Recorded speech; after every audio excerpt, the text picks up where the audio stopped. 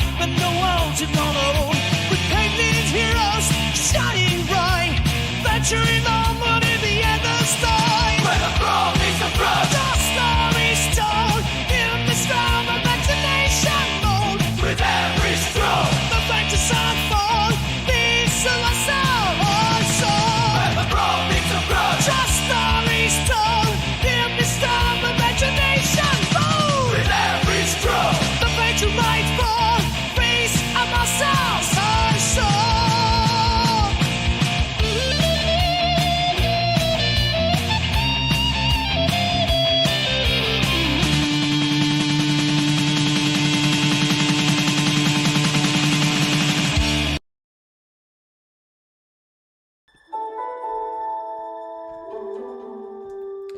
Welcome one, welcome all, to the only place you need to be on a Friday evening at 7 PM. That's here with me, Steve, on Minis-N-Muscles, the place where the brawn meets, oh if I can grab one, the brush. I've grabbed two. This is the channel where every Friday we paint miniatures and we chat geek. So throughout the show we go about our job of painting lots of lovely miniatures from the realms of Dungeons and Dragons to Warhammer to anything else that we can find in between. So we paint those miniatures. Sorry, like a cobweb hanging there. We paint those miniatures and we chat about geek stuff. So it could be about retro gaming. So it could be about a good old Sega Mega Drive, or it could be about Pokemon cards, or it could be about Dungeons and Dragons and playing role-playing games. It could be absolutely anything. We change it all the week and we just chat around lots of different stuff throughout the evening. And then we paint a miniature. And this week we will be continuing with our Ultramarines Redemptor Dreadnought, which is right here. So one I bought off Vinted. It was looking rather shabby. So I decided to give him a bit of a spruce and a bit more love and bring him back to a tabletop standard, a basic tabletop standard. So it looks half decent. So welcome one, welcome all. It's Friday. Huzzah, we've made it. Yes, Friday. It is the weekend. Well, I say that. It is the weekend here in the UK. For those, because we've got a few viewers that are in the US and a couple of other places. It's not quite the weekend for them yet. Hello, Adrian. He's dropping in the chat. How are you? Good to have you back on the stream. We missed you the other week. Yeah, so it's not quite Friday for some of our viewers, but for those in the UK and in Europe, it is the weekend now. We can down tools for those of us that work a Monday to Friday, sort of 9 to 5 kind of thing, or a 8 till 6 or whatever it is nowadays. So yes, we can relax, we can enjoy, and we can become once again that childish geek that sits inside of us all, and we can go and do the things that we absolutely love. And here is the place to enjoy that, to talk about it, to celebrate it, you know, to have all those cool conversations. So I'm just going to whip this cable out the way. That's our power cable for our camera. Those that have seen the last couple of streams would have noticed that we lost our top-down camera because our video card was broken. I have now got a new video card and I can confirm it's working. Huzzah! So that is good. So we're back on track now. It's Saturday in Oz already. Yeah. So anyone that is on the, as you look at the generalised map anyway, for the map that the Western world depicts, that on the right-hand side of the map, as you look at it, is going to be in there Saturday. Yeah, so you're absolutely right, sir. How are you all? How has your week been? Have you had a good week? Drop it in the chat. I'd love to know how your week has been. And I will tell you all about my week. So my week has been full of geekiness. So let's bring into shot some of the things I've been doing. So if you are on the Discord channel, you'd have seen it already, but I've been painting tanks. Tanks for my Ultramarine army. So I've got my Repulsor Executioner tank that I'm very chuffed with. That's very cool. It's turned out nice. And I've got a Predator Annihilator tank as well, which I really like too. So I've been painting these two. That's been, well, actually I haven't just been doing that, but I finished these two. I'm currently working on some other tanks and some other things. I was literally just doing a base for that tank and gluing some bits on and doing some dry brushing. So that's that. I'm doing that. Yeah, so it's all rather good in the hood. Did I play any geek stuff this week? Right, so I haven't played hardly any Fortnite. I think I played once this week, so it's a bit Fortnited, low on my Fortnite count. I might try and play tonight. For regular viewers, you will know that I quite often jump online and play Fortnite with my cuz. So we always play Fortnite during the week, but I haven't done that much. Haven't played any World of Warcraft this week either. What else? I don't know. No retro games this week. Just trying to think. Anything else? No board games this week. I did play, since we last spoke anyway, I did play a round of Warhammer. 2,000 points. I took my Ultramarine army that I'm sort of forming at the moment, and I pitted them against the Grey Knights. So Grey Knights are also Space Marines, but they are what I guess Games Workshop call Elite Space Marines. Quite a close battle, to be fair. Poor deployment choices from me and first movement choices cost me the game, but it was only a few points in it. It wasn't drastically, I wasn't hammered off the board, so that was good. So apart from that, I think that's the only geeky thing I've done this week. I do have a game of Warhammer on Sunday, so that's cool. So that is pretty much my geeky week. How about you guys? There's a couple of you in the viewing stages right now. How about you? Drop it in the chat. Tell me how your week's been. I want to know. Come on, let's have a bit of a chat about it. Do not be shy. Share with me. And whilst you're dropping that into the chat, let's just drop into our top-down camera. Huzzah, it's working! So here is our Redemptor Dreadnought. This is what he's looking like. When we got this fella, he was real tired looking and he wasn't in a good state at all. The paint job was awful, so we've restarted him, redone him. And we haven't taken like that long. I'm not doing something like a really detailed paint job on this guy. I'm not doing edge highlighting and things like that. No, I probably won't do edge highlighting because I haven't done it on the tanks, and then I'd have to do all of the things so they match. But I just wanted to get this guy up to standard so he was looking pretty cool. And to be fair, I mean, even if we take this off, he's looking alright, right? He's looking okay. So he's even got like little details, like the little lights down here. He's got his little sort of metal linkages done down the bottom. Let's stick this back on. Oh God, hold on. So he is looking okay. He's got a fair few couple of nice little details, little tiny things like the little lights here on that have been done. It's got various different lights in the back on that on the actual sarcophagus. I'm not too chuffed about this red hand. I thought that was going to come out more metally looking, but I'm going to probably change that. It's got his flamer here with a different colour piping. It's got his Gatling gun. And, I've just picked out like tiny little things like this little blue sort of light or button and those two little light buttons down the bottom here. On the back, I'm quite chuffed with the back. That looks pretty cool. I don't know if I can zoom in a little bit more. Here we go. Oh, there we go. Look. So that's quite nice. I do like all the different colour pipes that we've got around the edge. So we can get a bit more light on him. There we go. So I do like the pipes around the edge of the centre there. They look quite nice. He's got this sort of little battery pack. That's what I kind of imagined it was on his butt as well. But it's just really simple. Oh, on the back of his flamer, he's got a couple of little button-looking things as well. So, but it's dead simple. Nothing crazy. Let's actually take that off whilst we're zoomed in. Look. There you go. You can see all the different colour lights and stuff on him and cables. So it's actually pretty good now. And I think apart from transfers and basing, which I want to do today with you guys, I think he's pretty much done, and I'd be happy to put him on a table and sort of leave him as that, really.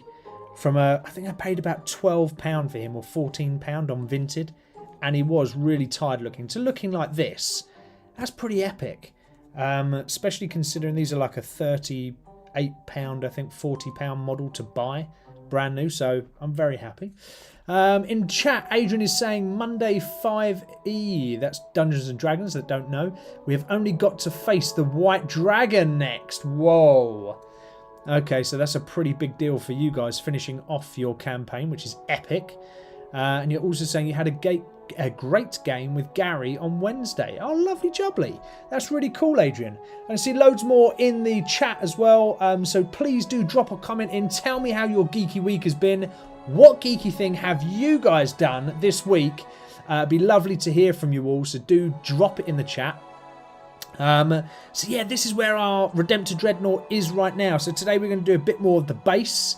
That's the sort of plan. I've got a few little rocks here and pebbles that I've taken out of my garden. We're going to use those to base him up. And we've also got some grass as well from Army Painter. So we've got some battlefield grass that we're going to stick on. I've got my PVA glue here, just standard cheap old PVA glue. And we're gonna give that a go. But first, I think we need to stick on these rocks, or well, pebbles. So all I did is I went out into my garden and grabbed a load of these little rocks. This is absolutely perfect for 32mm sort of rocks that you want to use. They're really, really good. And once you sort of throw a couple on here, you don't have to make too much of a special occasion for it. Just throw a load on. It can be in a pile. It can be all close together. And just glue them in with super glue. You will notice that I've already done a light base with, oh crikey, what's that called? Let me grab it. With this one, with Sterling Mud. So that light base has already gone on, just to give the ground a bit of a, when we put the grass on, it makes it look a little bit more like real life. So that is on there. What's Adrian saying? Just the decals to do. Yeah, decals and base. Yeah, so that's what we're going to do in this episode, Adrian. So how about the rest of you? How are you? Oh, but before we do that, I haven't talked about our show, have we? And what we're doing today. So let's just switch over to the main view. So today, general chat for today on the geeky subjects that we cover, because we talk about loads of stuff. And by the way, even if what I talk about now isn't something that you want to talk about, feel free to talk about absolutely anything else. But today's geeky topic we're going to talk about is board games. So that's our general chat. So please drop anything into the chat. So from card games to big board games to strategy games, whatever it was you want. Our muscle moment, because it wouldn't be Minis and Muscles without 5 minutes or so of talking about fitness. It's about mental health. So I thought that was a good thing to talk about. And then lastly, because I've forgotten it the last 2 times, we're going to cover rough bit removal and my hobby horror moment. So we will cover all of that in today's show. Right, onwards. Here we go, dropping in. For applying these little stones, all I've got is a basic super glue off of Amazon. Nothing posh. You know, it cost me about £2, I think. And you just want to find, with these little pebbles, you just want to find yourself the flattest edge. Whack a load of super glue on and just find a spot and just plomp him down. That is as simple as that. We're just going to place them on. Some of these have flatter edges than other parts, so whack a load of super glue on. Don't be shy. As you can see there, plenty of super glue. And just bop it straight onto your miniature base. I just find that these little rocks look so cool when you're actually basing your model. They're really simple. They're free. You know, you could go down to the beach or something and grab a load. They might be slightly bigger, but, you know, they're all about the place. So it wouldn't be hard to find some of these little stones. Crikey, just go to the edge of a road and they'll all be lying there. And what you can do as well is, if the stones themselves don't fit in with the aesthetic that you're going for in terms of your paint scheme, you can just paint over these, so it gives you a realistic base to start from. Oh, almost stuck that to my finger then. That's not good. Let's just get rid of that, because I don't want sticky fingers.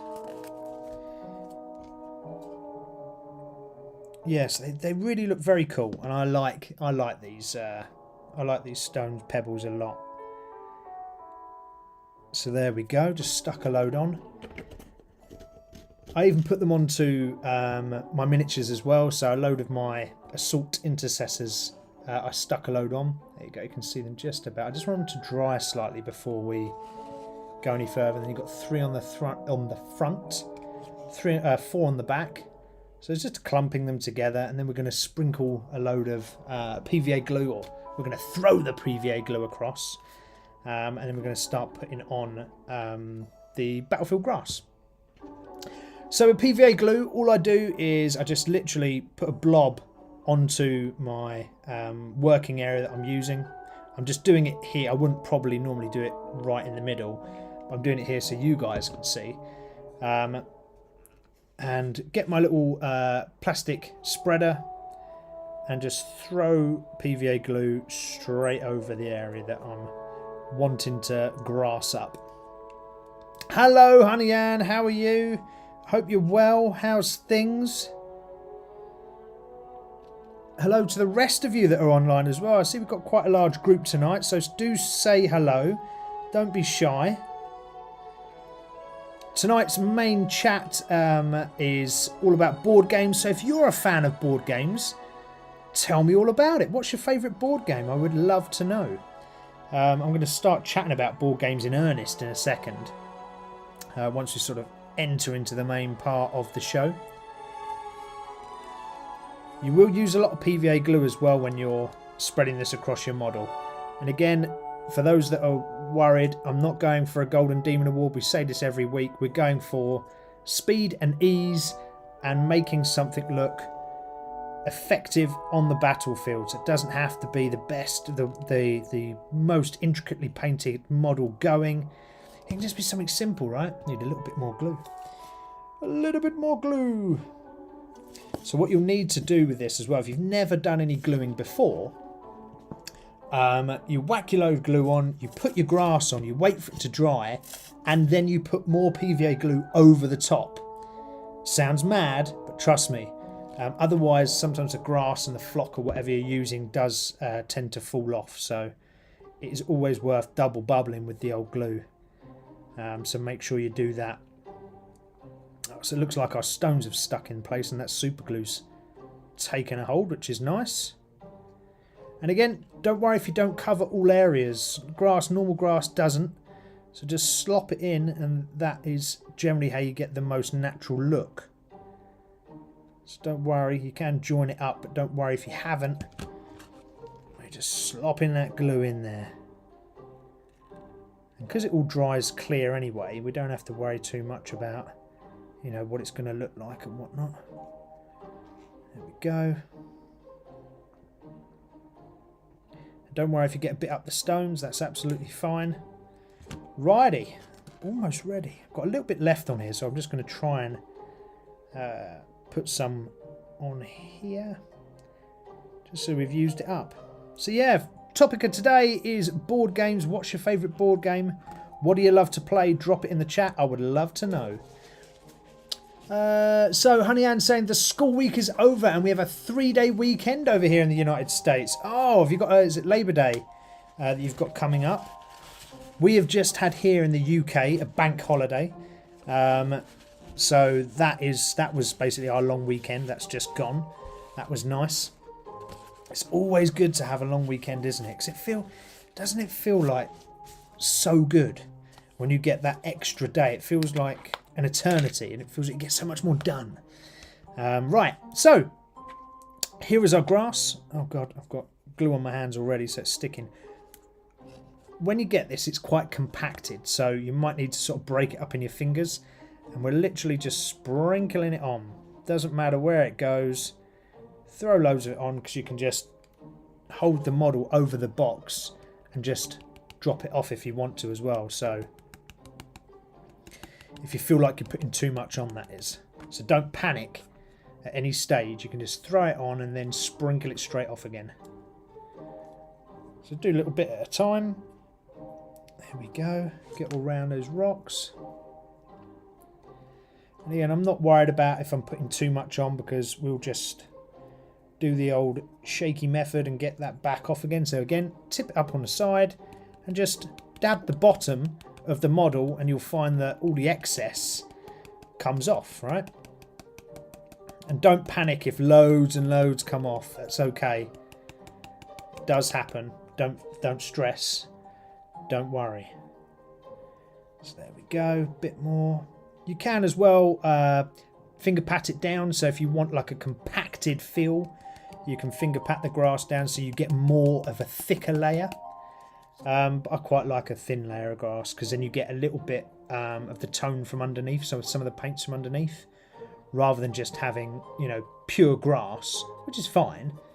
I also find if you throw it on and then tap it off, it becomes more natural looking. If you put the grass on in a big lump and you pack it down, it can get a bit crappy looking. So what we're saying in the chat, Adrian is saying Settlers of Catan. Ah, so that's a great game. Actually, it's one that I was going to mention in the board games. So when we're talking about board games, let's think about gateway games. Games that you can play that get you into playing board games. Board games is a massive part of the geek world, right? So, and I think board games actually are the segue to loads of other sort of really geeky games, whether that is Warhammer, Dungeons and Dragons, or whatever, or Pokemon. I do think that board games, your basic board games, are your sort of segue to it. And that starts with gateway games. And what do I mean by gateway games? Well, these are sort of easy to learn, easy to pick up games that you can just sort of get introduced to the world of board games. Generally speaking, they're games that last maybe 30 minutes, 45 minutes max. And they're really simple rules, generally. So they're things like Catan that Adrian's mentioning there. That's a pretty simple, easy to pick up game. Ticket to Ride, something like that. Here to Slay. So these are sort of really easy games that you can pick up and play very, very simply. Very, very easy. They have simple mechanics. Usually really sort of bright components and elements of the game to attract childlike people like me. Hey Elias, how are you doing? Hope you're well. Welcome to the chat. Good to have you back. So yeah, these games are sort of very brightly coloured to attract you in. Generally speaking, they're quite forgiving in terms of how they play, so that it allows you to keep on playing and makes you feel like you want to come back. So it balances the luck a bit more. And it has a fairly limited strategy. So there will be strategy to it as per any game, but fairly limited. These are great for, you know, family nights or for newcomers, or if you've got a kid playing with you. They're, you know, really cool games to start you off in the board game world. Whilst I'm chatting about that, I'm just going to get my dry brush, and I'm just going to brush off all of the excess grass. So what you will see, what you will find if you're doing grass yourself, you'll get loads of it that fall off. So again, if I just tap the bottom using my brush, you can see loads falling off. That's absolutely fine. There we go. Look, loads have fallen off. We can just sweep that out to one side. We can put that back in our pot later. Or we can actually just pick it up and throw it in, actually. That's not a bad idea. Get that clump out the way. And this lasts forever as well, this grass. Grass like this, I've had this for ages. Because you need so little to sprinkle on a model. I must have had this pot, and you can see how little it's gone down. In reality, if you look at the side, hardly gone down at all. And I've based loads of models with this. I have also used the alternative things such as the Games Workshop stick-on grass. So that's slightly different. Where's that? I've got some somewhere.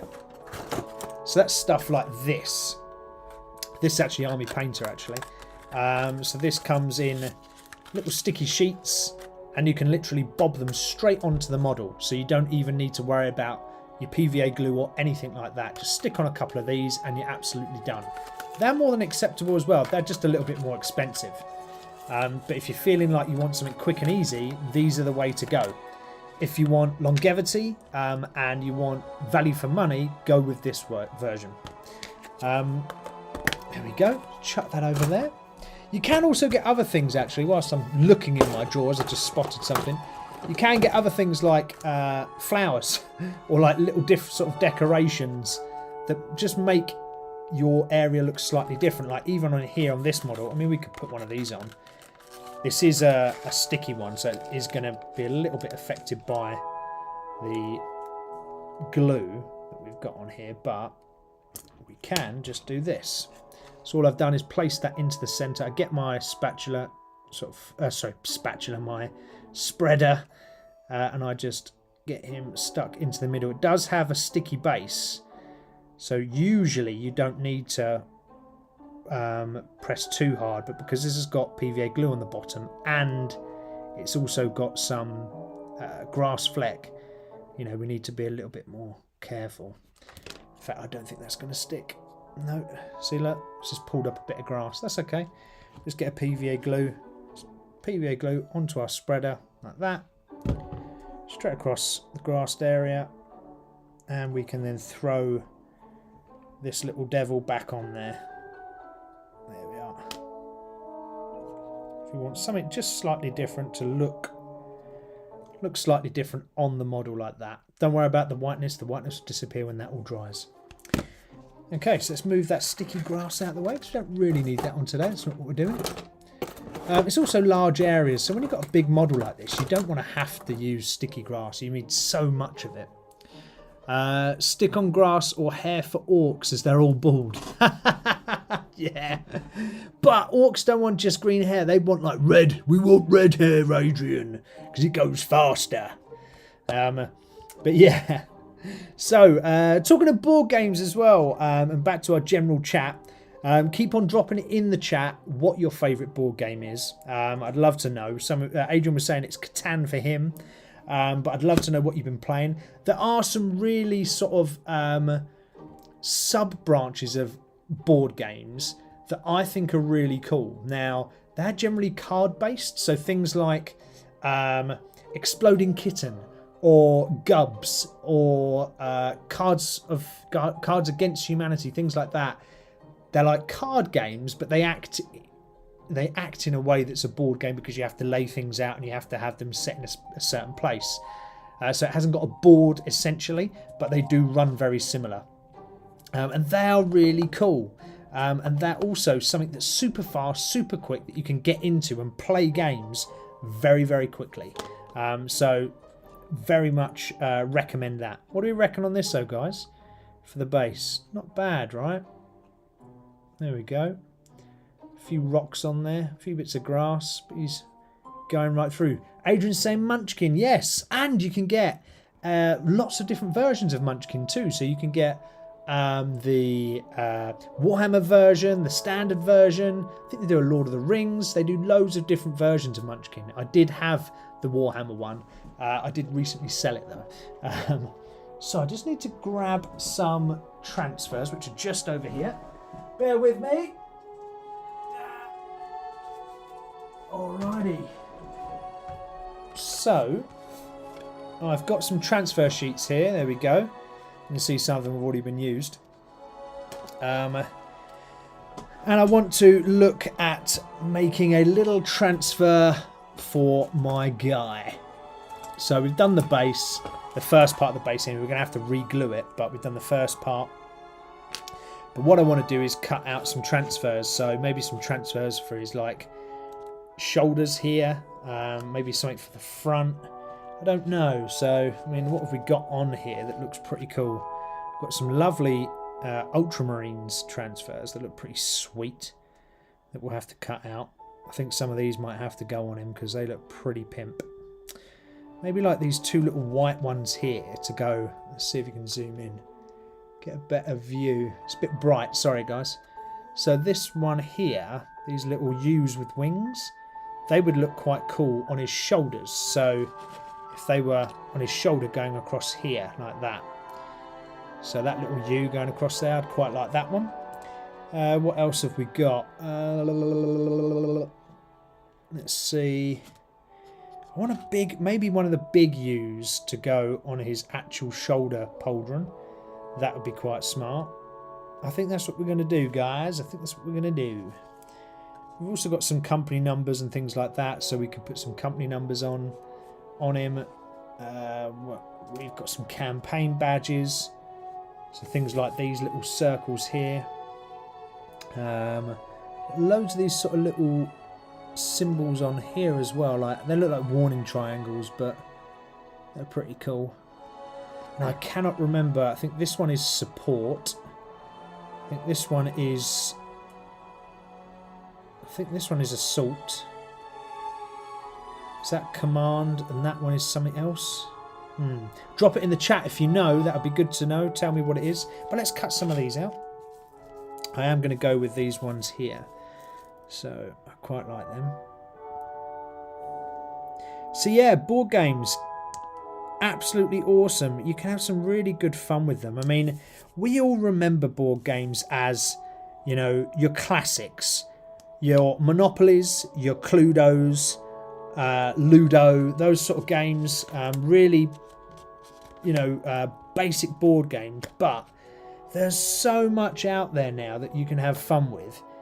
And they're so different. I would absolutely advise anyone that hasn't played a board game in some time to go and give one a go.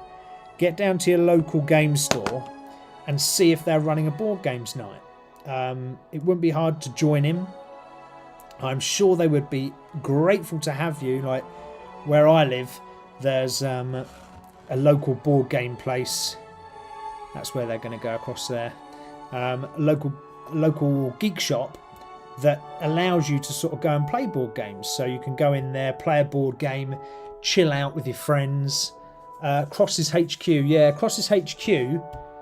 I think it's this one, Adrian, right? This one is HQ. And then, but I can't remember what that one is. I think that Cross's HQ. I can't remember. Oh, in fact, one is heavy, isn't it? You've got support. Oh, that might be heavy. Maybe that's heavy. That one's assault. That one's headquarters. Eesh, I can't remember. But they're something like that. But yeah, you can get into your local hobby game store and go and find some board games like they have at my local place. Oh no, the transfer's come off the thingy. That's not good. Sorry, whilst I pause my conversation for a moment, whilst I concentrate here to try and rescue this transfer. There we go. Alright, you can see the transfer a lot better now. It looks better. Just bringing it up slightly because you've got this little line here, right? I don't know if you can see it in the camera. But it gives you the opportunity to square off the transfer against it. It's not always what you want to do, but it might help you if you can see the transfer. There you go. And I'm just dabbing it just really gently, because if you dab too hard, you'll take the transfer with it. Just for the excess water, because there was a bit too much water on there. But there you go, something like that across his shoulder. Perfect. Let's get the other one on. See what that looks like. Yes, you can go down to your local hobby store and you can go and play a geeky game. Well worth it. Damn it, this one's done the same.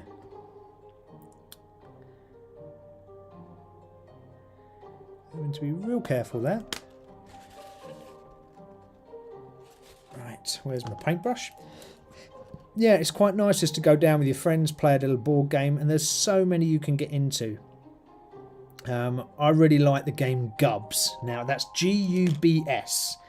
This is a card game that you can play, and you can play it in the space of half hour. Play up to about 6 people, I think. And you basically collect these little garden creatures that look like bugs, and you have to then collect as many as possible. But there's loads of like trick cards and things where you're playing against each other to make the other person lose their bugs. Really simple, easy mechanics. It's absolutely awesome. If you've never played Gubs before, go and play it. It's a great starter, a great gateway game. What other sort of games do we have? We have like sort of heavy strategy type games. So heavy strategy games are slightly different in the board gaming world to your basics. These are for players that sort of love a little bit more of a complex rule, and they enjoy a game that lasts maybe 2 or 3 hours, maybe longer. let's have a look at what else should we have here. Oh, there you go. Look, it's actually saying on this one, battle line. It's not assault. It's battle line, close support, fire support. Oh, and that's veteran. Crikey, I was well off. Okay. All right. So, yeah. I think this guy's fire support, right? This big dreadnought is not a battle line. Close support, maybe? But he's big and powerful. And oh, no, he's got a fist as well. I reckon maybe close support. We'll give him close support. So we're going to give him this big cross on one shoulder. Yeah, so you've got these heavy strategy games. And they are pretty cool once you start to get the feel for board games and you want to play something a little bit longer and not just a 20-minute game where you can, you know, really get engrossed with your friends and your buddies. So there's plenty of examples that are out there, but things like Twilight Struggle. Twilight Struggle is a bit like Risk, but a little bit more in depth. It's like US versus, I think it's US versus USSR or Russia in a board game style scenario where you're sort of controlling objectives and technology to build out the next best country. So yeah. That's a pretty cool game. You've also got games like Agricola. So that is where you build out. It's like almost like a farming kind of game. And I don't mean farm as in tractor, but you have to build out supplies. You know, a bit like Catan, where you get wood and things like that to build out things with your workers and villagers. What should we have here, guys? Should we have this see-through white one? That's quite cool, isn't it? With a little reef through it. I really like that. I'm going to go with that one for his other shoulder. Yeah, so you can get these sort of more in-depth games, as I say. They're good. They can take several hours, but, you know, they are very enjoyable nonetheless. And they're sort of the gold standard for people that enjoy more complex rules and really thinking about how to go and win the game. But they're cool. So you should try those. What's your favourite type of game? Oh, hang about the Cross HQ Supremacy. Oh, you're talking about strategy games, Supremacy. Yeah. I've never played it, seen it, but never played it. What's it like, Adrian, to play? Is it any good? So how about the rest of you that's in chat right now? Drop me a line and tell me how good the game is you want to play. I would love to know whilst I try and fish this transfer out of my water pot. Oh god, this is a nightmare. Come here. Ah! He's literally stuck. Oh no, now it's stuck to my finger. That's not good. Oh no. Now I've got to get him off my finger. The problem here is that your finger's really dry, so they stick really quickly and then they break. Right, let's spin this one round. Here we go. Push him up a little bit. So my technique with these is use a paintbrush. As long as the water's the transfer is slightly damp, you'll be able to just nudge it along ever so slightly with your paintbrush. That's kind of the ideal scenario. There you go. I'm just spreading some water just around the edge of the sides that looked a bit dry, because you do want to make sure it drops on and it stays on. So there's his... oh no, I've just put my finger on the edge of the base. No. You silly Billy Steve. Concentrate on what you're doing. Oh no. Alright, don't worry, we can fix that. So you look, when you're not concentrating, you get all carried away. You forget what you're doing. Right, there we go. So there's that side, and let's do this shoulder. And let's get that other transfer out of there.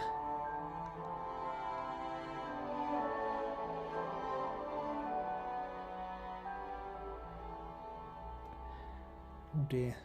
Let's...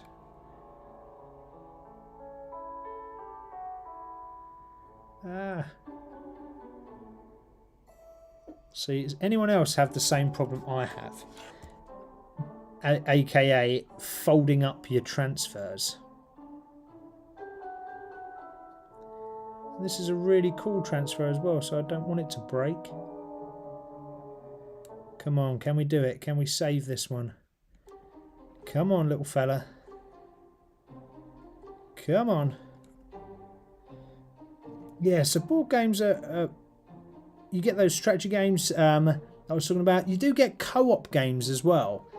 I love a good co-op game because I'm the sort of person that, although I don't mind playing against people, I love playing with my friends and enjoying the game together. For me, that's way better than any sort of PvP style.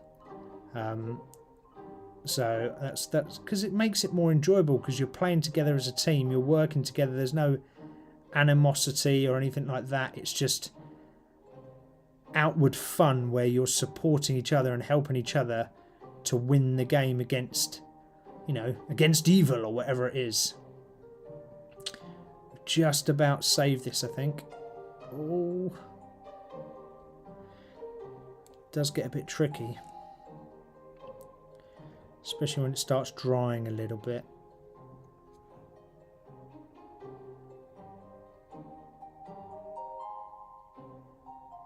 Oh no, don't tell me that little tiny edge is underneath and has folded over. You're kidding me. Bloody has as well.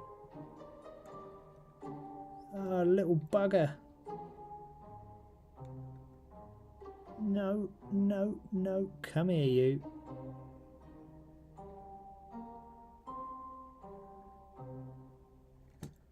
Cool, have I got it? Just. Oh. Right. I've managed to salvage this transfer. Just about, so I've just got to start poking him around now. Moving him into place.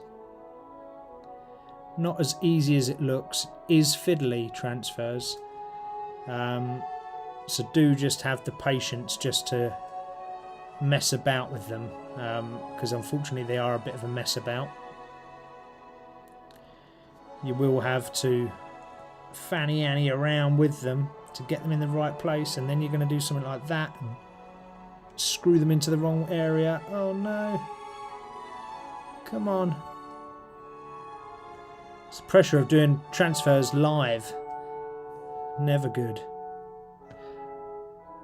It takes a while and you have nukes. Ah, supremacy. Okay. So I think that's a bit like Twilight Struggle then. I think that's probably similar. You get nukes in that, I think. Right, that's a bit better. Not quite central. So I'm going to try and move it just a little bit. If you're like me, quite petty with your transfers, you really want to get them into the right place. It can become quite frustrating now. It does get a little bit harder when you're doing it on smaller areas as well, especially if you're doing it on your Space Marines themselves or other characters and bits and bobs that you're doing, or other armies. They do get quite difficult to place, and some of them do crinkle. So what you might find is you might have to make a small cut somewhere on the transfer just so it fits nicely onto the model. And generally speaking, you can't see the cuts either. Right, what else have we got here? So we've got two little Ultramarine on his tops here. We've got the big across that side. We've got the Ultramarine side on that side. What else do we want? Do we want anything else on him? There are these sort of little tiny warning logos. They would be quite cool. There is a little name, so we could give him a name. So 3 names we've got. Maybe we'll have a poll for that, actually. Well done with that decal. Thanks, dude. That absolute nightmare. So let's find the poll. Start a poll. Name the Dreadnought GHT. The options are Toman, Didricus,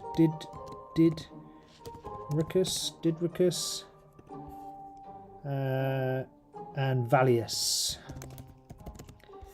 There you go. Start the poll. So name our dreadnought. So we've got a couple of little names for him to go on. So, oh, where are they? There. So you can see the little names. They will go onto this part here. And that'll be the name of the Space Marine that is internally entrapped inside this, what's it called? Sarcophagus. So I want you to try and name the Space Marine for me. There we go. Right, whilst I just grab a little bit of heat just to try and dry some of the base. There we go. So I've just got a low heat here on a heat gun. This is a cheap heat gun. I've just got a low heat just to try and speed up a bit of the glue drying on the base. You can also use it on the decals as well. I'm just using it on the base just to try and dry out the edges, so if I touch them by accident like I did a minute ago, my hand is not going to go all sticky and I'm not going to take all the grass with me.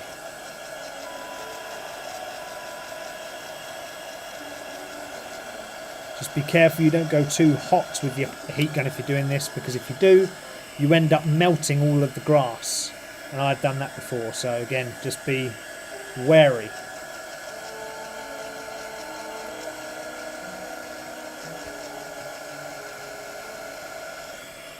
Right, let's leave that. Okie doke. How's our poll going? Oh, so far Valius is in the lead. Nice. Valius, it sounds like a cool name, doesn't it, Valius?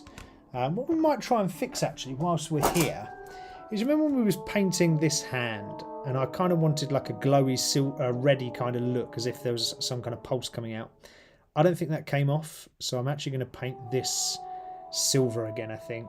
And then we can go with maybe a red right in the centre. So let's just mix up a bit of silver. We can apply that whilst we're waiting for everything else to dry, and waiting for all our votes to come in for what we should name our dreadnought. Have a sip of water as well whilst I'm here.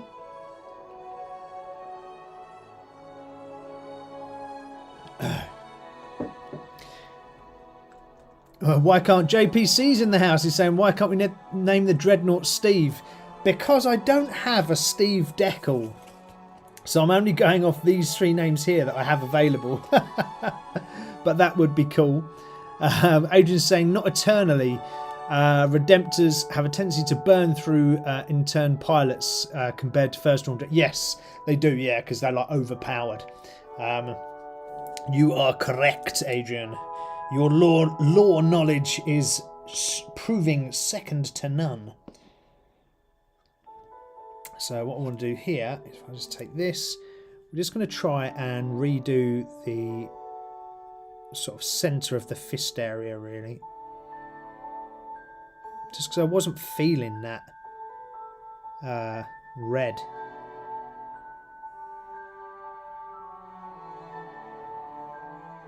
Just trying ever so careful just to run the silver in without sort of compromising any of the blue, which is quite difficult.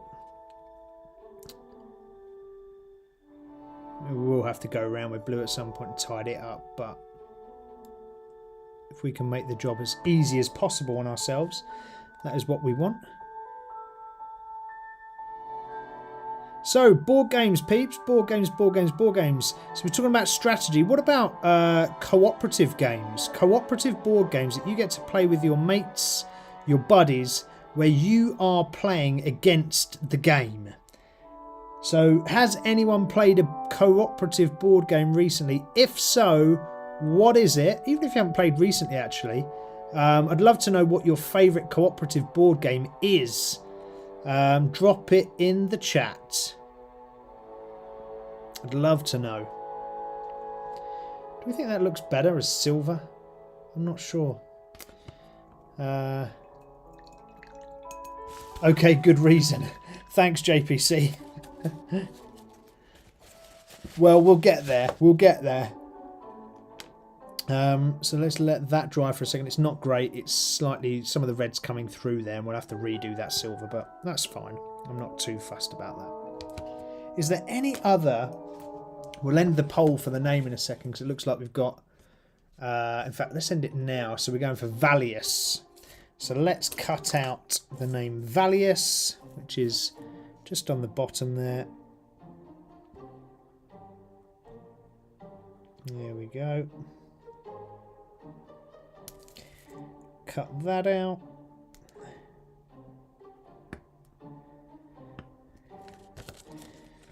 And then we just got to pop it out the sheet. Oh, I didn't quite cut through. Sometimes when you are cutting these transfer sheets, they don't, you know, you've got to press fairly hard to get the bloody buggers out. Especially when you're using a busted knife like I am.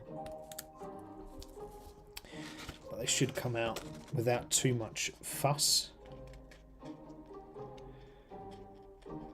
Go.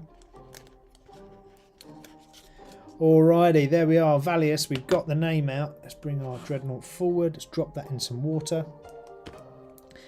Let's get that ready. So whilst that is soaking, what else do we need to do on this guy? I think the stones look pretty cool in the grass and stuff. I quite like that. I'll just wait for that PVA glue to dry. Is there anything else we think, guys, that we need to add to this as I'm sort of looking at him, spinning him round? So if you do see something, drop it in the chat and tell me. Love to know. Oh no, what's happened here? Have I got silver on my fingers somewhere? Oh no, look. Silver on my finger. Got silver over the back here. What a donut. And around here, right. Oh dear. Okay, so we need black and we need blue. We need to repair. We need to make some repairs where I have been clumsy and covered my model in silver by accident. These things happen, never mind. Is that a chain fist? No, it's called a Redemptor. Oh, let me have a look. Let me have a look, Adrian. I think it's called a Redemptor. I want to say Redemptor Power Fist or something like that. Let me check for you, mate. It is called... Oh, just called a Redemptor Fist. That's what it's called. So it's a Redemptor Fist and a Gatling gun that he's got. They're both pretty... They're not as powerful. I mean, he's really expensive to play as a model, right? So Warhammer are all points based, all the models you want to play, and you have a certain amount of points that you can have for your army. Now he's really expensive, this guy, and I don't think, unless I'm really missing something, he's that good.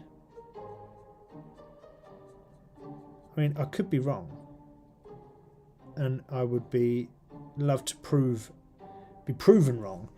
But since I've sort of looked at him, his sheet, his stats, he's not that great.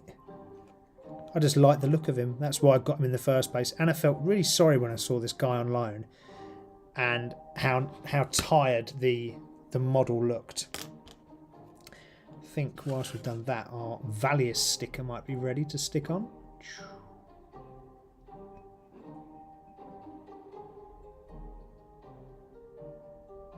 I'm just trying to fish our Valius sticker out of the water. Come on, you bugger. Right, here we go. We've got our Valius name sticker, or transfer rather. Oh, God. Oh, it's not coming off. Come on, you bugger.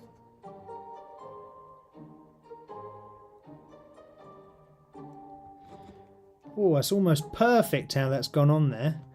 Almost. Right, let's get our paintbrush. It's almost dropped on perfectly. That very rarely happens, but that's nice that it's happened. Saves a lot of cocking around.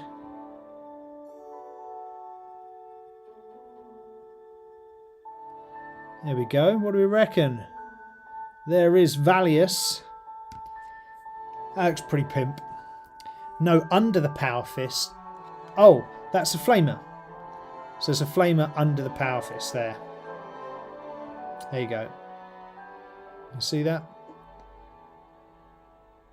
Perhaps a name decal using tweezers. No, when you use, I use tweezers to put the decal into the water and to grab it out usually. But tweezers, if you use it on the actual decal itself, I find that it sometimes tears them. We can only see down, so the fist obscures the attached weapon. Got you, sorry mate. Yeah, so that is the weapon he's got there. Look. You see it? That's probably better. Little flamer. And he's got his Gatling gun this side. There's his name though. Valius. Named by you guys. So be proud of that choice.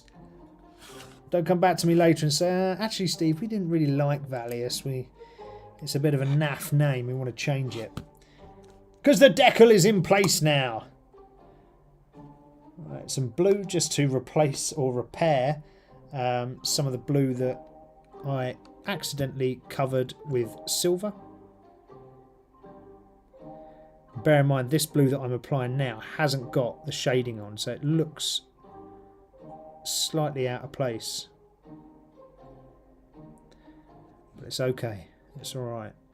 Once it dries, it should be good.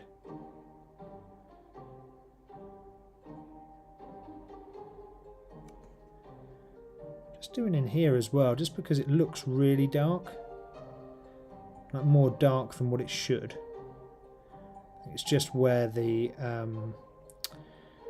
shading paint that I used, that mix of a sort of a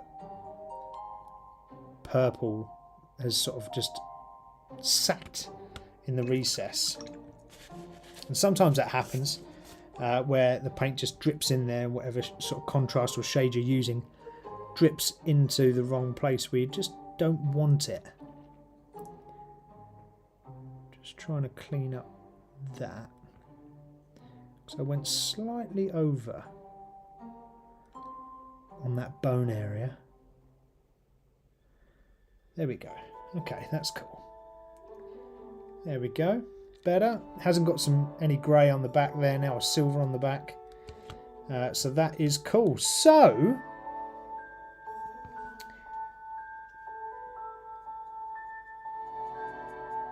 just redo that. I've got a little bit of blue to fix over this side.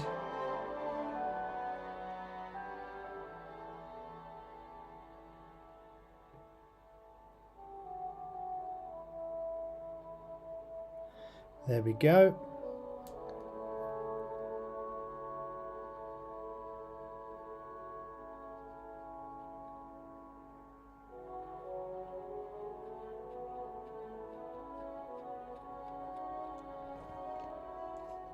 Oh, no! Dropped him. Alright, so he looks pretty cool, right? Quite liking this guy. He looks pretty smart.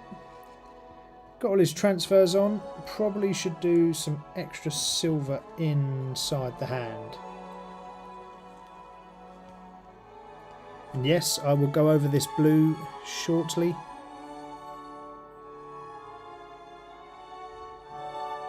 But I want to get this silver level right first. So yeah, we're talking about cooperative board games.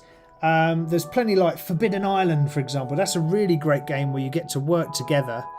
You can backstab your friend right at the end as well if you're that kind of villainous type when you play board games. And it does also offer a sort of a real trust thing in that game. So Forbidden Island, great game. If you've never played it before, worth a bash. So you're all on an island and you have to do certain tasks. I won't spoil the whole thing, but you have to do certain tasks to then get off the island. Once you've done the tasks, you can get off, but you could be betrayed in the last moment, so be careful. But that's very good. Pandemic is a classic game that a lot of people have played. That's a good cooperative board game where you have to look to achieve a similar a mission together. So there's plenty of them out there, and I guess it kind of depends what you like. As I was saying, I really enjoy just playing the game with people. So that's what makes it fun for me, getting to play with people, with friends. So that makes it interesting. So I'd rather play a co-op game than a sort of versus game, so to speak. There you go, that looks a bit better, right? There you go. Okay, let's lay him back on his feet. Yeah, it's nice to sort of play against the board rather than against each other. That's why I like the co-op ones. Let's move these transfer sheets out the way.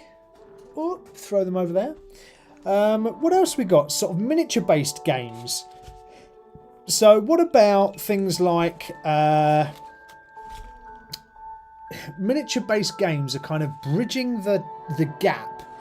But, you know, like I was saying at the start, where card games can allow you to sort of reach into the realms of a board game. Well, miniature-based games help you sort of reach out of the board game sphere and into things like Warhammer, right? So you can have a game where you've got miniatures involved, where you're moving them around a map to do certain tasks, achieve certain things. And they are very cool to play. They're very fun. There's plenty. Oh God, there's plenty of them. Just checking all these decals whilst we're here.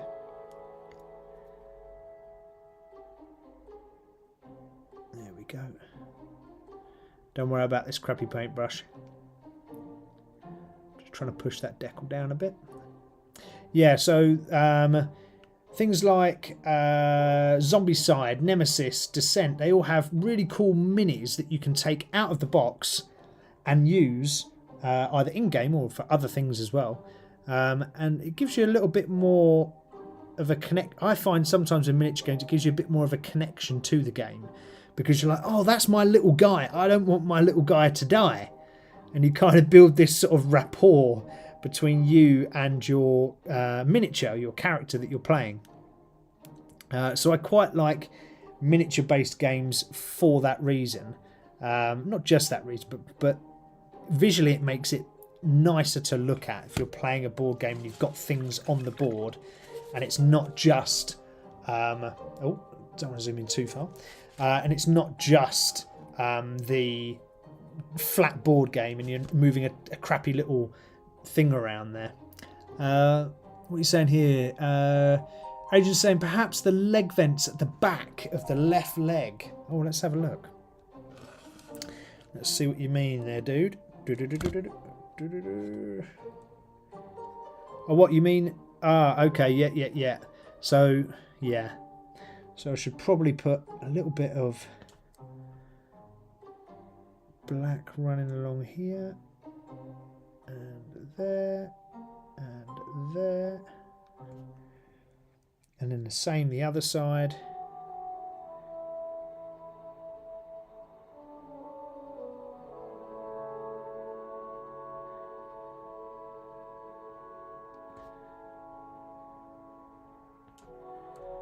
There we go.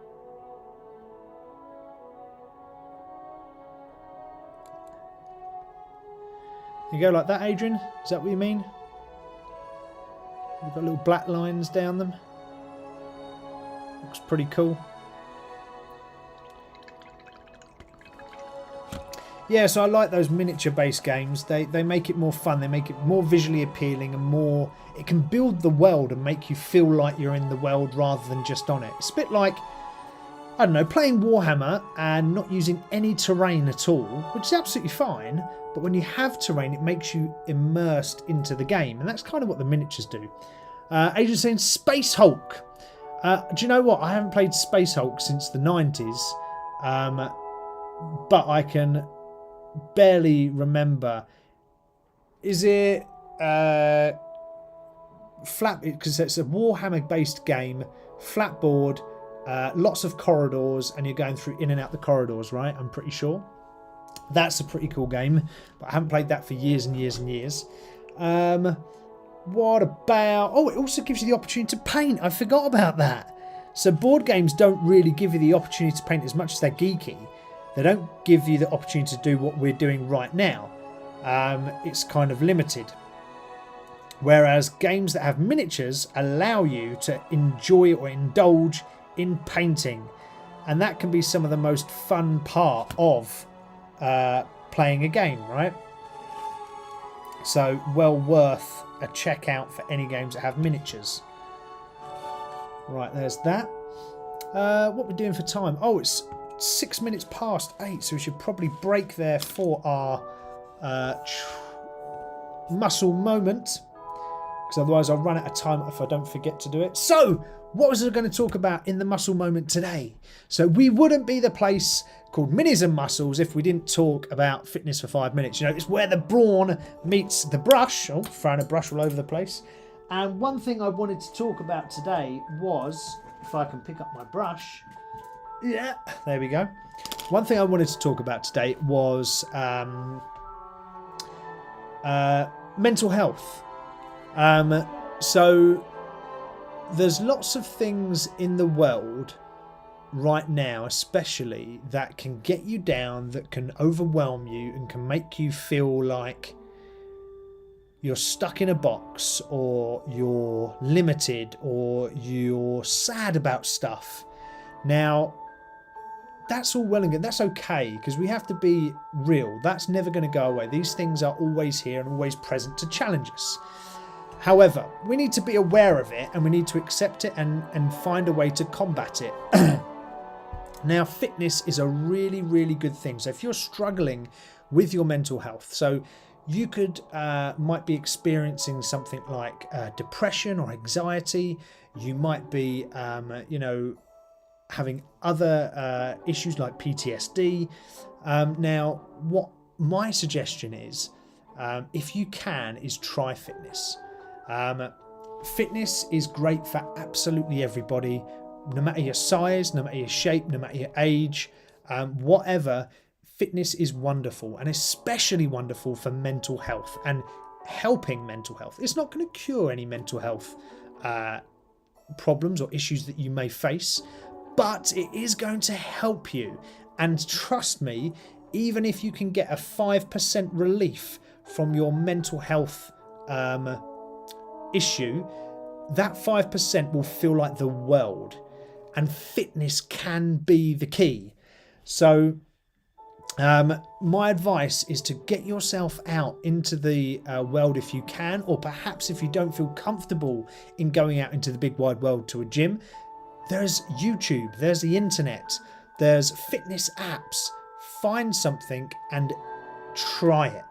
The reason why is that fitness, any fitness that you do, and it could be just a walk, promotes endorphins through the body, right? Endorphins make you feel good. And not only will you feel good and the chemical balance can start to be restored to your body, but actually you will see a change in yourself over a prolonged period of time, and that will help. So if you could imagine, struggling on a day-to-day basis, let's say I've got depression and I'm struggling on a day-to-day basis with it, and feeling like, maybe I feel that I'm not suited to this world or whatever, and things are really tough and really hard. But by going out and doing fitness in the gym or at home, I raise my endorphin levels to make myself feel a little bit better. And I start seeing a physical change in my body. That in itself is worth gold, because it can give that one person a little bit of a break that they might need to be able to continue to the next day. And it's always about that. With mental health problems, it's always about seeing things through to the next day. Take it day at a time, see it through. And then, you might feel that you can see 2 days through before things start getting a bit much. So please, I beg everybody, sending love and prayers to anybody that is feeling like they're struggling right now. There are loads of good charities out there to help. There's always the Samaritans that you can call here in the UK. There's always agencies in the US as well. I've forgotten the name of the people. I did remember earlier, but I've forgotten the name of the people. But there are plenty of people out there to help you if you're feeling a bit low, feeling a bit down. So my advice is seek help with professionals always, but try some fitness. Try some fitness, because it may just be the key to help you. All right. So that was my little bit about fitness today. Let's go back to the Mini and do a little bit more painting. Let's see where we are actually. So, do we think we need to paint any more on this guy? Or is he now tabletop ready? What do we reckon? I think this guy is actually tabletop ready. The only thing that needs to be done is to put some PVA glue across the top of the grass once it's dry, but it's not dry yet. It takes a little while with PVA. But I actually think that this guy is done. I don't think he needs any extra added to him to sit on a table and to look decent amongst all the other models. What do we reckon? I reckon he's pretty cool. So we're going to place him to one side. And I'm going to have to reach into the box to find some more minis. Let's have a drink. So let's pop back up here. Let's get a poll going. The next mini should be... Right, so I need to look in my box here and see what we've got. Oof. Let's have a look. What do we think? Oh, I've got a good one there. Right, I'm just going to cut out of camera for a second just to grab some minis.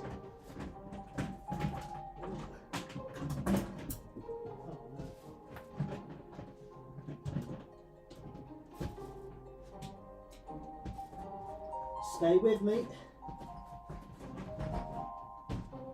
Oh.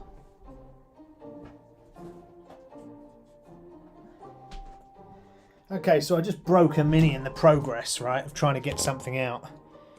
But it can be fixed with glue. But let's not panic too much. Right, let's have a look here. Let's see what's happened. So, we need a new mini to paint here on Minis-N-Muscles. I have accidentally just broken the model. What a tit. But, and I've broke it in about 5 different places as well. What a fool I am. So, I've got this model here. This is a sort of proxy for Mortarian, which is a bad space marine. However, if you look closely, it's not a bloke, it's a girl. And I was going to paint her in Sisters of Battle colours, but make her like look evil. So that was just a display piece. I won't use it because I don't collect a Chaos Army, but it's got a nice base, and it does look very cool when it's all together and it hasn't just fallen apart on me. So it sort of sits like that, and then she's got this arm that goes on here that holds this sort of chainy thing, and she has got a big axe as well which goes here, but I just snapped it off. There you go, so it looks a bit like that. So we've got her. So that's the bad Sister of Battle. So let's call her the bad sister. Who else have we got? Let's have a look in here. So we've got some Dungeons and Dragons miniatures here, and I think we should maybe look at doing a Dungeons and Dragons mini. Let's change camera to this one. Boop. We've got this lady here. We've got the Witch Hunter. So she's quite cool. We've got, oh, like a bad guy here, and I cannot remember what he's out of, but he's out of D&D, and he's a special bad character, and I cannot remember who he is, but he's sort of a skeleton sorcerer. Name escapes me right at this moment. We've got, looks like in this little bag, we've got like a male rogue.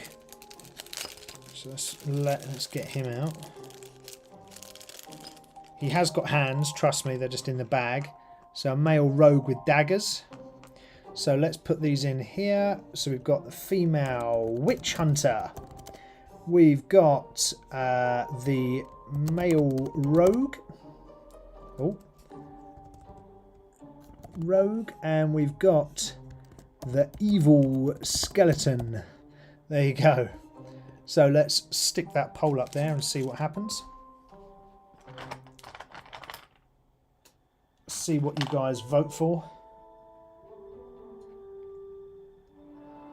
Witch Hunter, oh, that one, yeah. Time enough later to add grey to the plate edges and scratches. Yeah, so Adrian, I will probably do that, not on the stream, But if I do add scratches and edge highlights, I will have to do that to the tank. I will have to do that to all my other models, and I haven't done that yet. So that's probably something I'm going to do later down the road, and probably not on the stream. So I'll get a sponge out and start doing some battle damage on those. So stick your votes in for what you want. We've got the Witch Hunter, so that's this lady here with the crossbow. She's rather cool looking. We've got the Evil Skeleton. Sort of Evil Skeleton Sorcerer. We've got the Male Rogue, so a sneaky beaky rogue, and he's got some daggers. And then we've got the Bad Sister, which is this lady with big wings.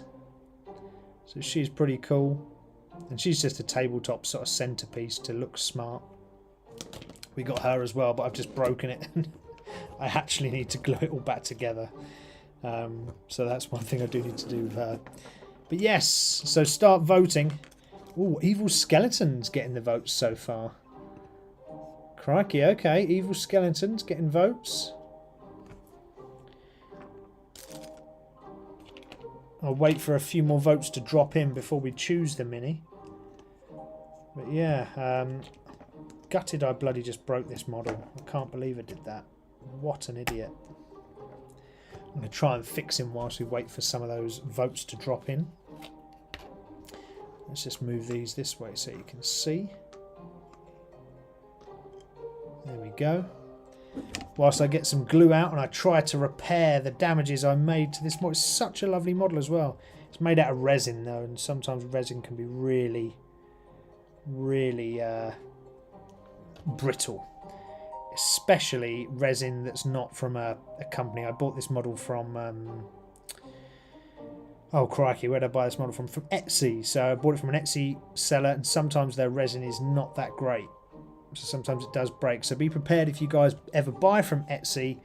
You might find that the quality of the model's not quite up to the standard of some sort of more reputable brands.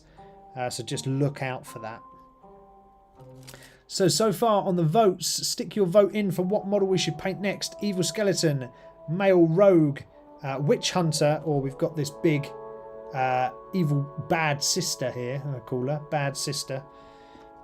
So they're the models that we've got, or the ones that I could get my hands to very quickly.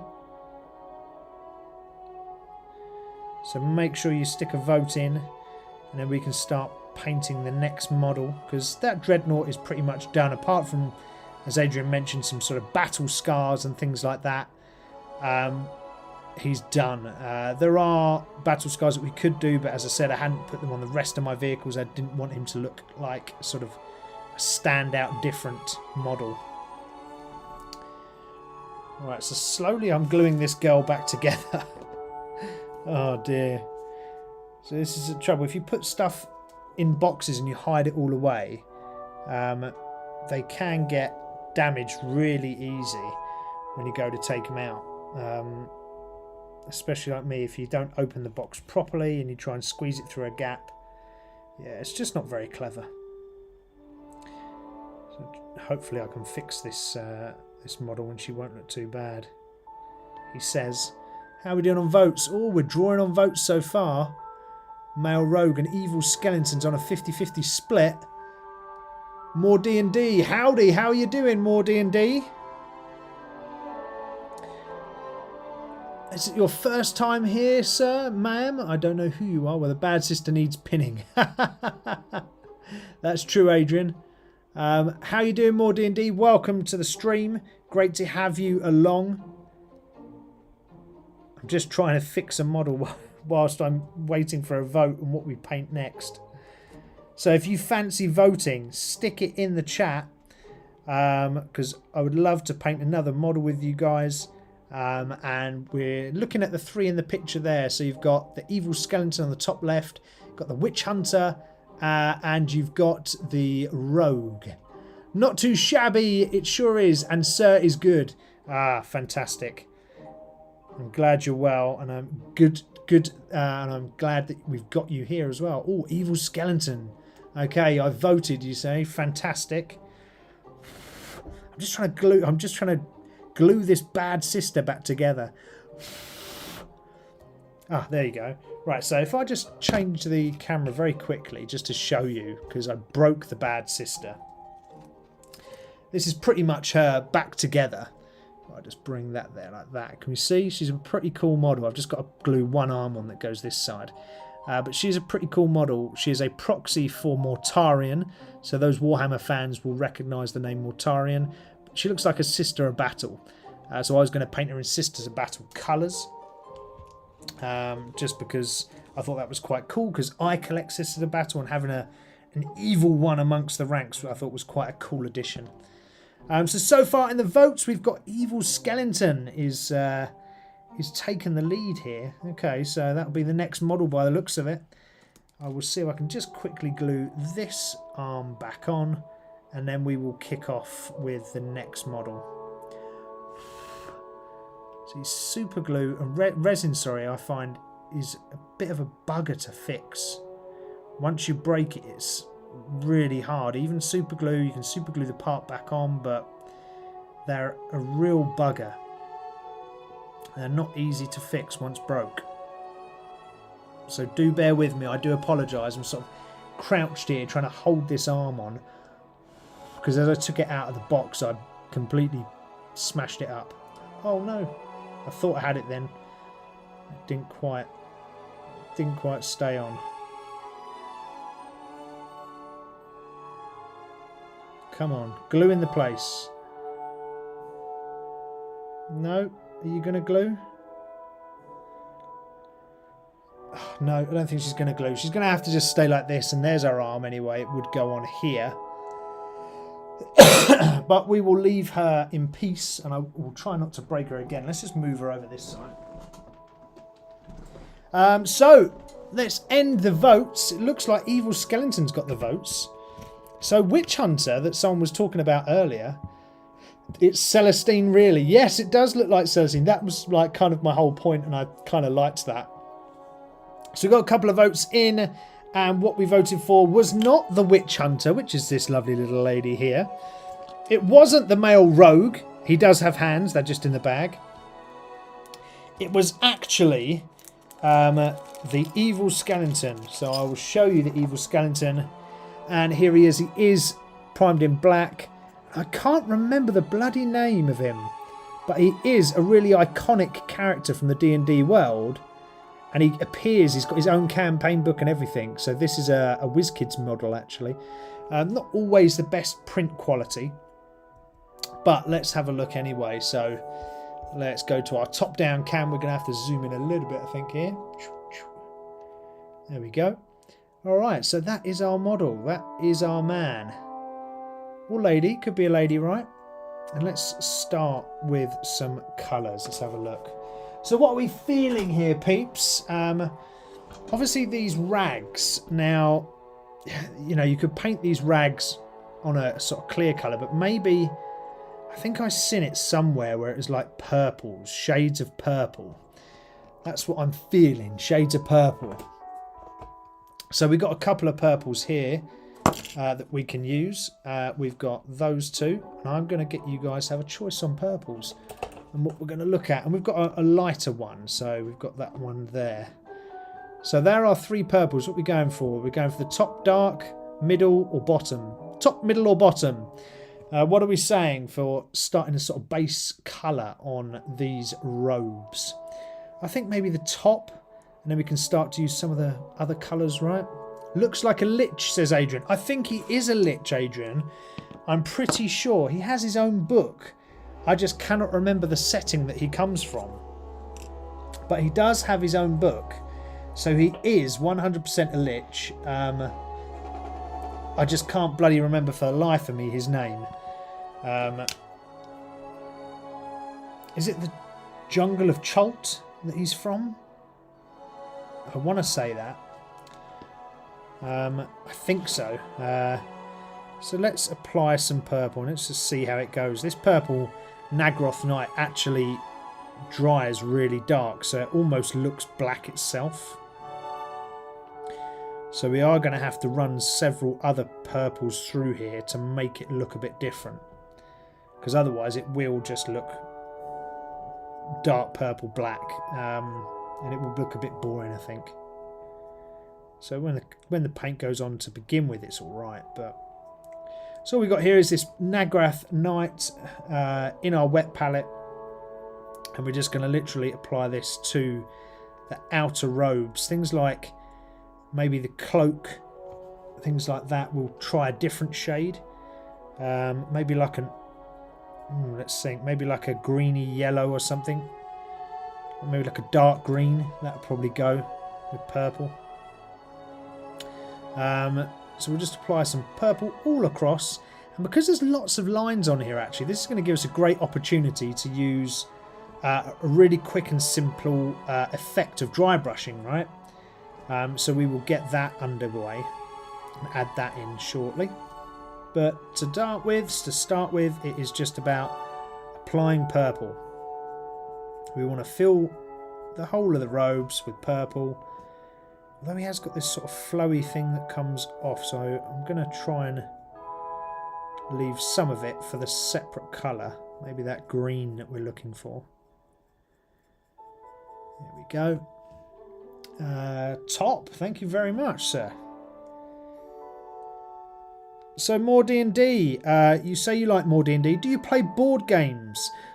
More D&D? Because our chat today is all about playing board games and what board games we like. We spoke about things like sort of entry-level games, strategy-level games, co-op games. We spoke about quite a few little bits and bobs.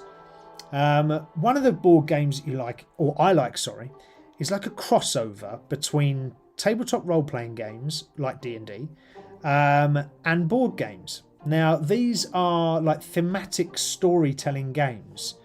These are really cool. If you've never played a thematic storytelling board game and you like D&D, crikey, you need to get on this and fast. So these are games like Mansions of Madness, Betrayal at the House on the Hill. What's that one called? Arkham Horror. What's the one called where you sit around in a circle in a big group and you all sort of... crikey, I forgot. It'll come back to me. But there is a game where you all play together. There's like 20 of you sitting around in a big circle, and you have to find the killer every night. That's quite a good game. There's several versions of it where some people are villagers, some people are werewolves. I just can't remember the name of the game. More D&D, I sure do. I'm big into Wormspan right now, along with Space Base and Forest Shuffle. Ooh. Okay, these sound interesting. Do tell more. So if you had to pick one of those, more D&D, what would be that game? Why? And I've never played any of those that you've listed there.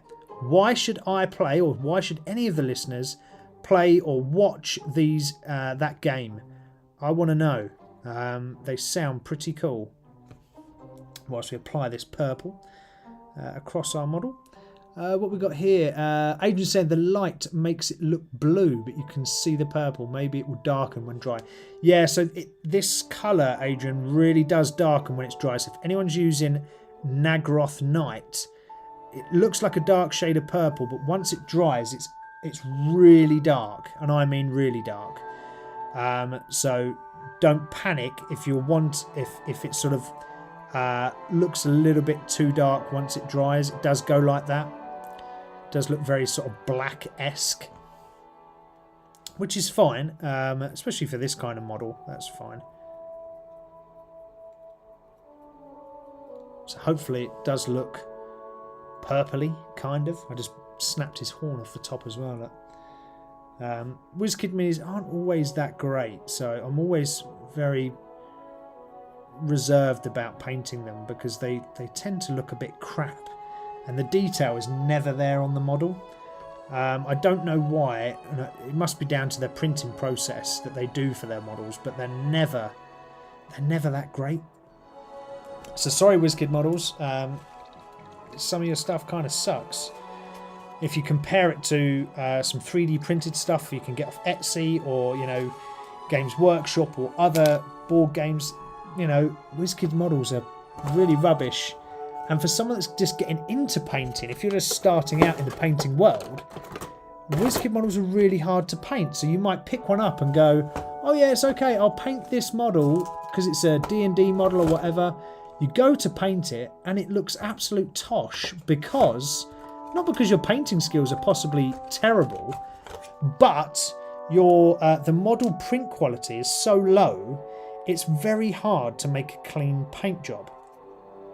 And that may well come evident here whilst we try and fix this guy. So I'm just putting some glue onto his horn. So I broke his horn, unfortunately, so he's not so horny anymore. There we go. Like that. Perfect, there we go. He's fixed again. There we are. More D&D is saying Wormspan is a change to Wingspan from the bird-themed to dragon-themed.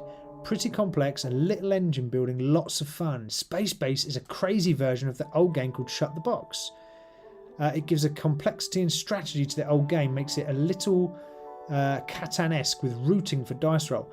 As in Shut the Box, the dice game where you literally just close the number that you roll.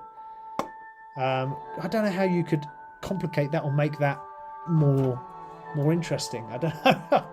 I kind of trying to understand that one. Forest Shuffle is a card game where you try to build the best forest out of everyone with animals, trees that score points based on what you like. Lots of strategy, great fun. Ah, okay, right. So that Forest Shuffle sounds like sort of a starter-friendly version of the one I was talking about earlier, which I'll just check in my notes, Agricola, which is like a really large sort of strategy game about, you know, building your world and making lots of cool things. I'm just painting this staff brown, but actually I'm not sure if it should be. We'll see. Up the top it looks like there's lots of rags on it, so maybe I'll paint it brown to start and then I'll colour in the rags after. Colour in like I'm using bloody felt tips, jeez. Well, those games, more D&D, sound very cool. I will have to give some of them a go. I love playing new games, and I think that's like one of the magical things about board games is that you can sort of hop in between things really quickly. It doesn't take the world to learn, like playing Warhammer or D&D can be quite time consuming and quite what's the word where you're worried about it? Ooh, crikey. Daunting, that's the word I was looking for. Where it quite be quite daunting, like Warhammer, D&D, Pathfinder, all of that sort of stuff. Learning the rules for those can be very daunting, and something that some people might not want to be able to commit to. So board games just make that transition that little bit easier. So, and it might also open up your mind to playing something like a D&D type game.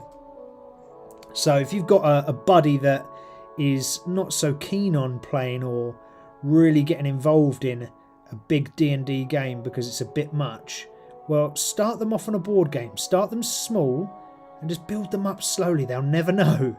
Just build them up slowly into the board game, or sorry, the tabletop role-playing game freak that you want them to be. And you can build them up slowly into it and sort of ease them in. Makes it a lot better.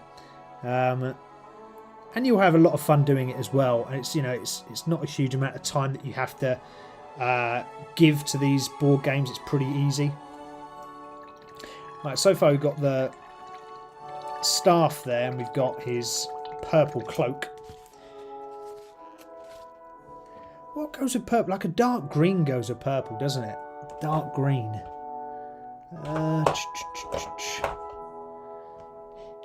Maybe that kind of green? Let's try it. I'm just trying to think of his shoulder pads. I think I'm going to do like his crown, like a gold or metallic-y kind of colours. But this robe that comes down here and this sort of one that's coming here and on the back, I think I'm going to go with green. This green. Just to jazz it up a bit. I hear Agricola's great. Yeah, Agricola is cool.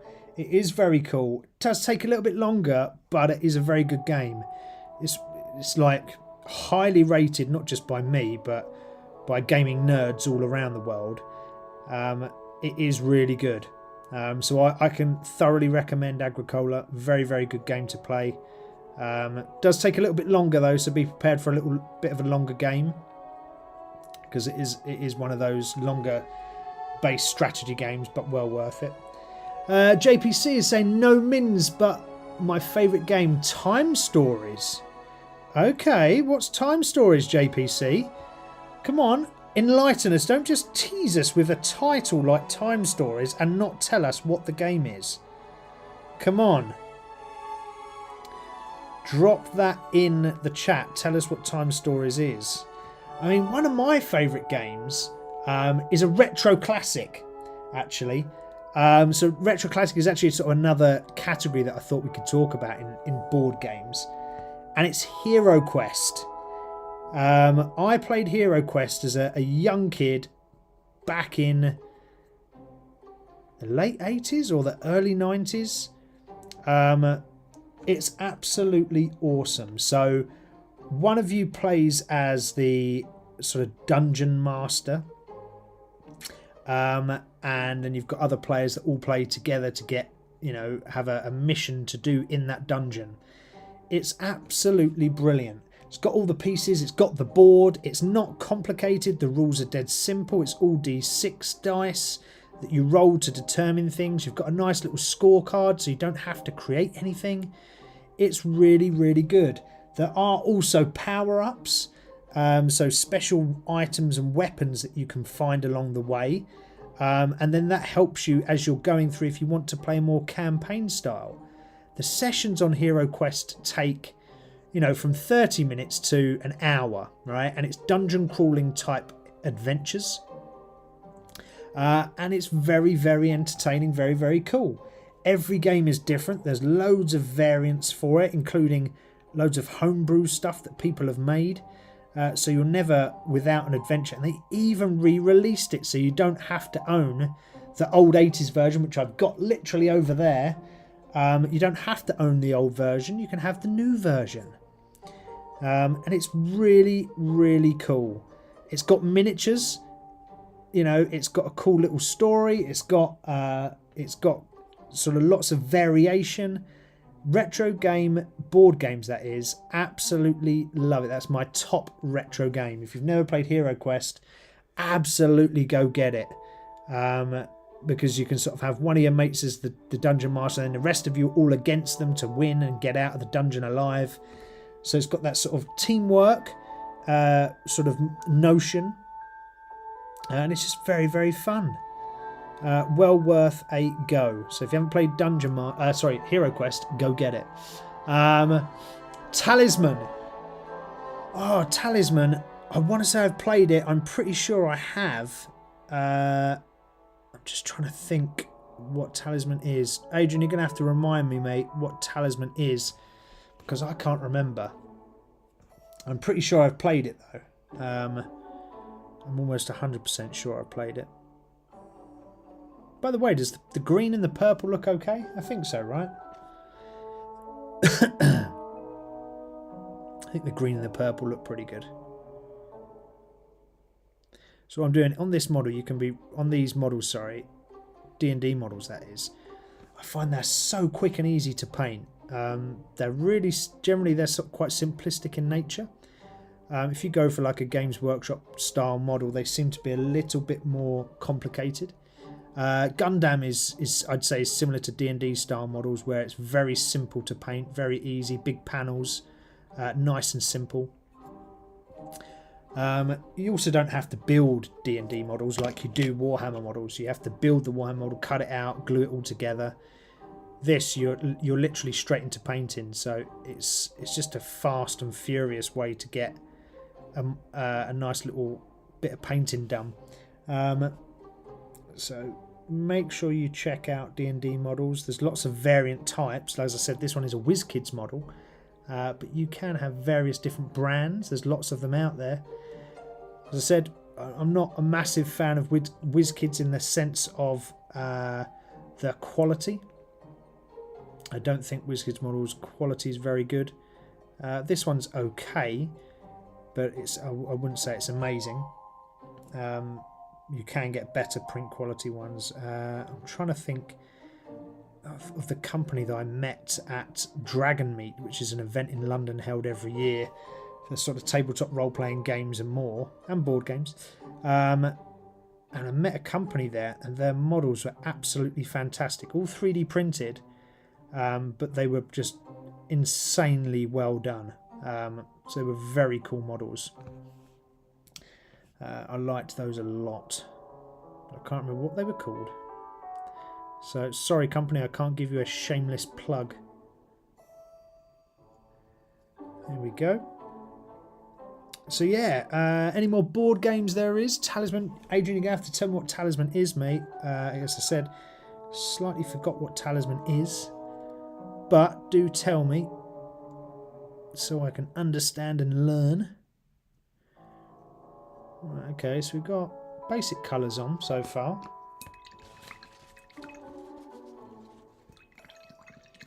Yeah, other retro classics. What about good old-fashioned Cluedo Monopoly, right?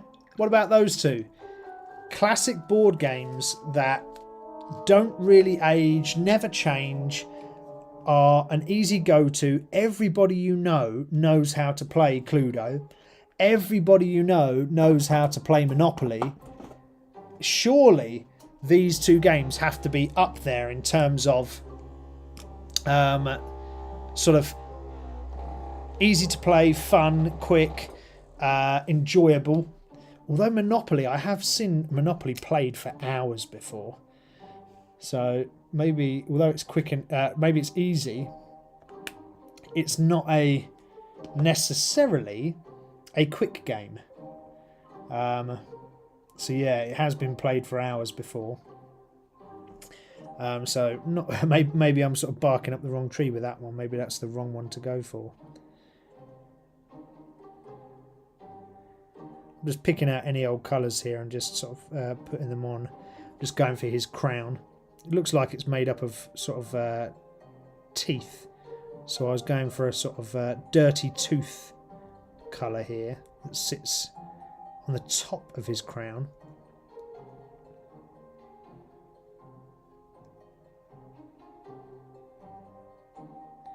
Must be dragon's teeth or something like that, I'd imagine, on this guy.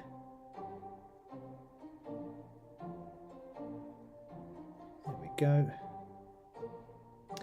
More D&D. If you're still here, don't forget to subscribe and like the channel. It'd be lovely to have some more subscribers. But thank you for tuning in nonetheless. Quite a few people viewing tonight, you know. Which is always nice. It makes it makes it more encouraging, for me at least, to know that I'm not just talking to myself the entire time. That can get a little bit crazy when you feel like you're talking to yourself all the time. But it's been loads busy tonight, which is cool. I really enjoy it when it's busy on the show because it just makes the time go quicker. Best do our hobby horror for a moment. And we'll carry on painting whilst we do our hobby horror, actually.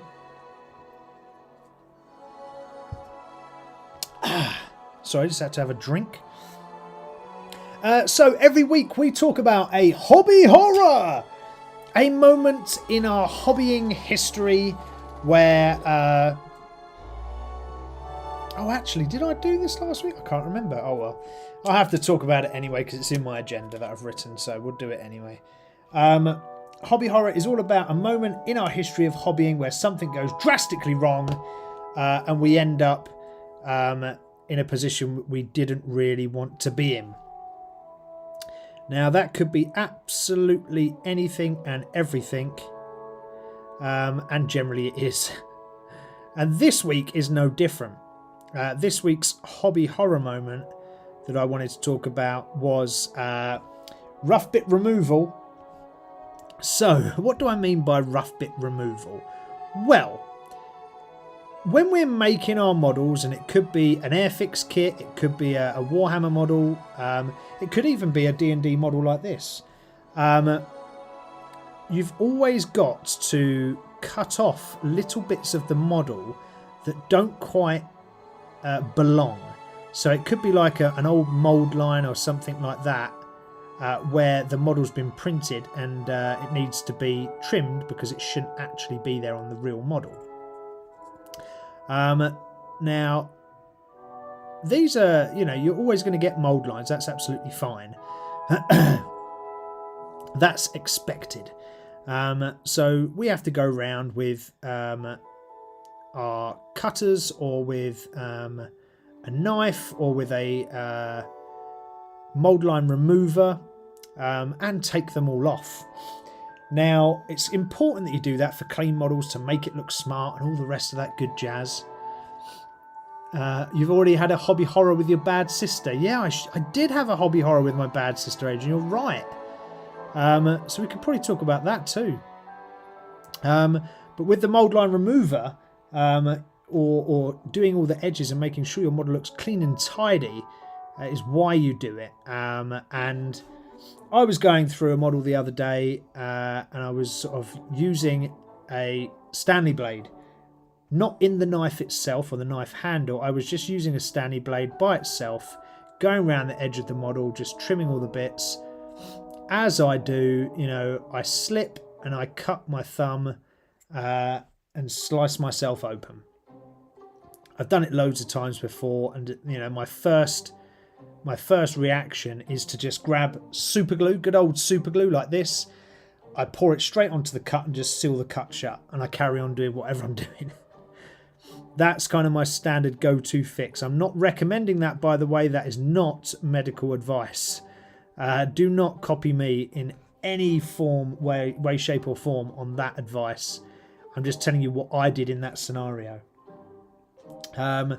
So, if you do find yourself in that spot of bother and you haven't got a plaster or you haven't got something else to seal the cut, super glue does work, and it was originally designed for cuts.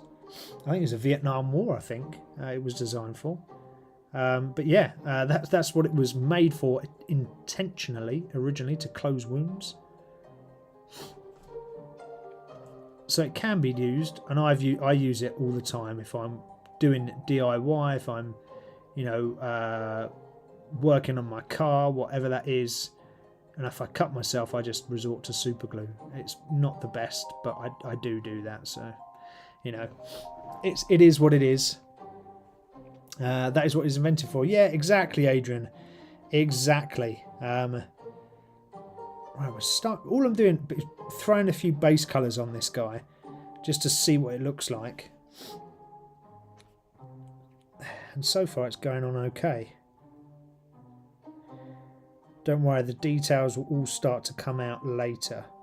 They're not going to look. It's not going to look very good to begin with in this phase. When you're sort of putting on all the base colours onto any model, it never really takes form straight away. It does take a little bit extra. And all of a sudden it goes, ooh, that looks good. So don't worry where I'm going around here and doing this sort of skull and I'm going over the edge. Or I'm painting a bit that you think, why have you painted that? Don't panic.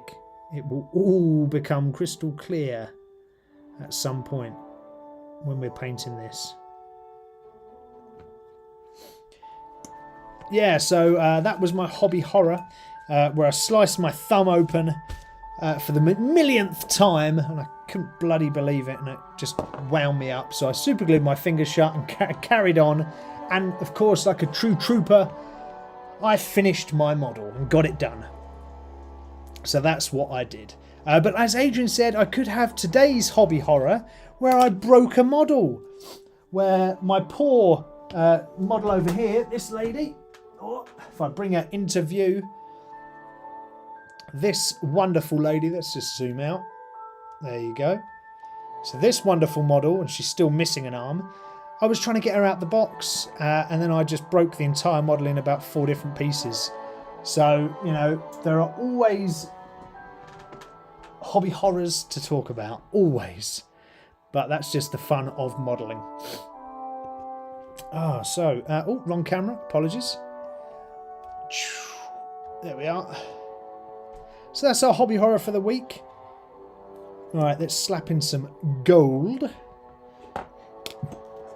Let's go for brass. Should we use brass? No, not that gold. Actually, we should use this gold. This gold is better. Let's go for this.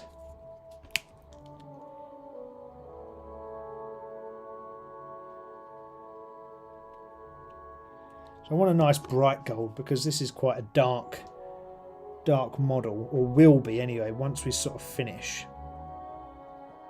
It's going to be quite dark, so if we get this nice bright gold on here. There is a little bit of detail on the back actually of this model, which is quite nice. As you can see there, as I sort of brush over it, you can kind of miss the holes. And it doesn't fill it, which means that you don't have to go over with any shade, which is nice. So there is a little bit of detail on this model. It's not as bad as what I first made out.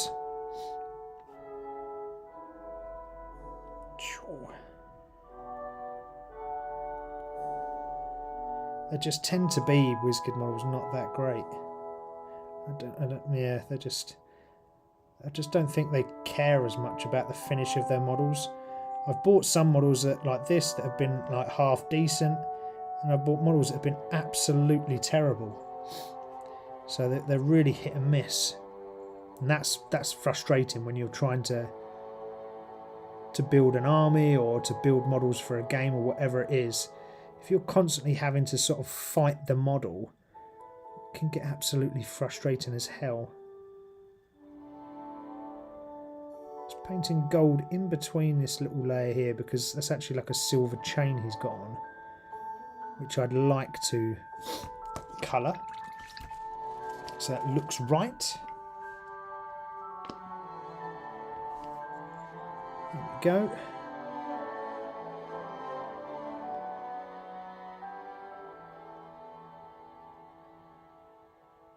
So we actually got our muscle moment and our hobby horror done this week.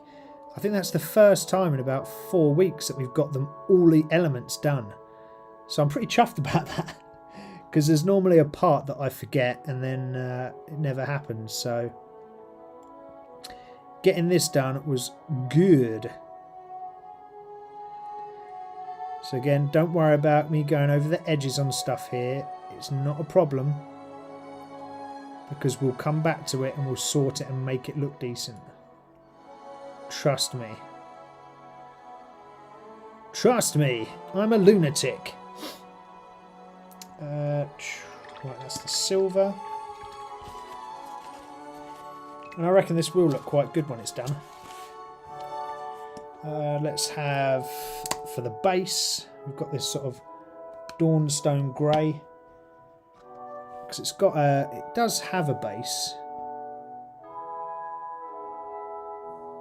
What I'm trying to do is go fairly light, not dry brush, because I've got a fair amount of paint on this brush, but you can see that there's sort of small little bits that stick out and don't stick out here on the bottom of the base, and I'm trying to avoid bits and paint bits, and so it looks like there's break in it, see?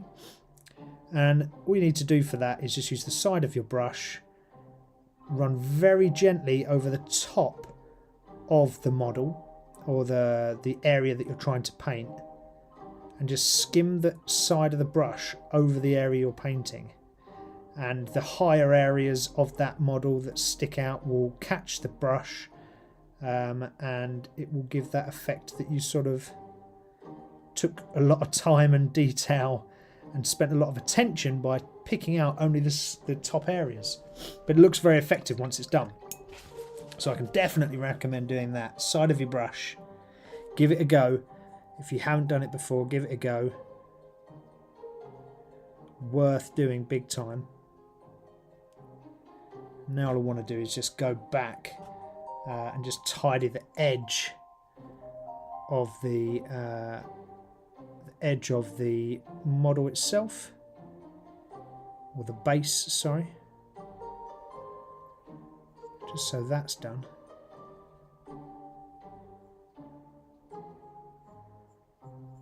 There we go. Perfect. I will use my... Oh, sorry. I will use my my little heat gun just to dry the edge so I can actually touch the edge again. And because these are water-based paints, the edges dry really quick, or the whole paint dries quickly as long as you're not slathering on really thick paint. So if you want to speed up your painting and have the ability to paint faster in more areas, definitely get yourself a little heat gun. Like that one I got was off of Amazon. Very, very cheap. Not expensive at all, but well worth the 20 quid I think I paid for it. It just helps when areas, especially if you're painting a lot of models at once, having a little heat gun just to sort of take the edge of the wetness out of the mini itself, just so you can carry on painting the next section. Very, very oh no. Oh no. I broke his horn again. Oh dear. I might have to use some green stuff on that because I've got a feeling that's going to break all the time. So I'm just going back on the robe and just touching up little areas where I've just gone over slightly, or bits that I missed that should have already been purple. Just as when you're building out the colour, sometimes when you're looking at it, it doesn't look like that area should be a certain colour or whatnot. So you can just go back and fill that colour back in. Like round here, for example, this actually is not green. This bit is actually purple, because this is the edge of his robe, not the green scarf that he's sort of wearing around. So both this side and the other side need to be purple. There we go.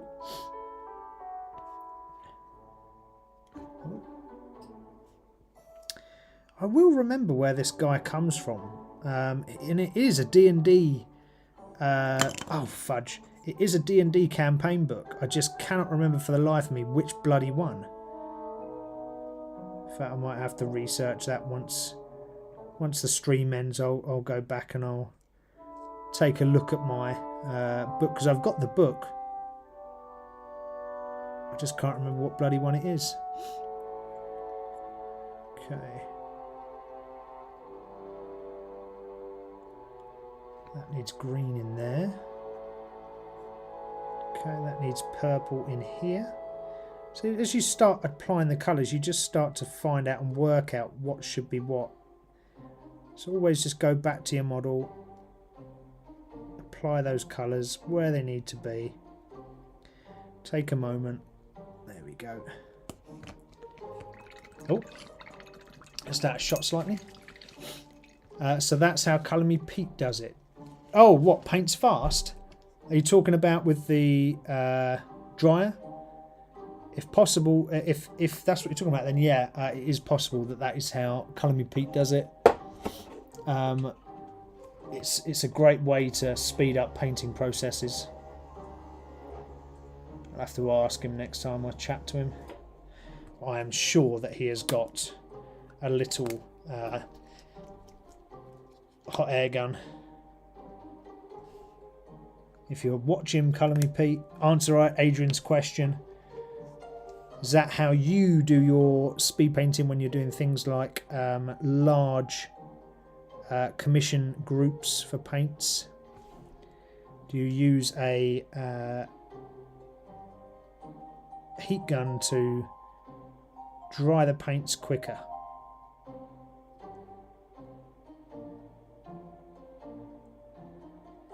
Pretty sure we've talked about that actually before. I should really be using my geek glasses, so my magnification glasses, to do this bit, because it's where these sort of the teeth of this crown join the crown itself.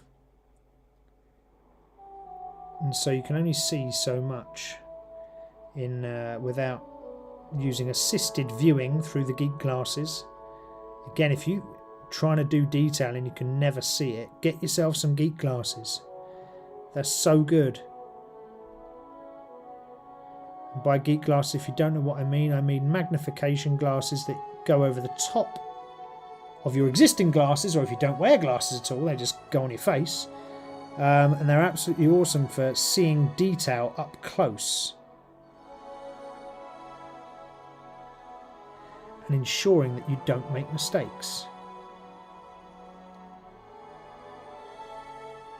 Like I just did there, by going over an area that you didn't want to go over. Well, actually, I think that's good.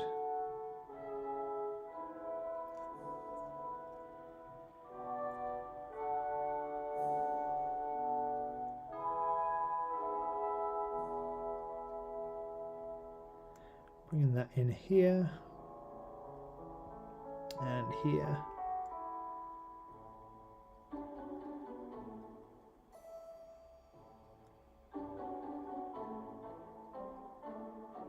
There we go.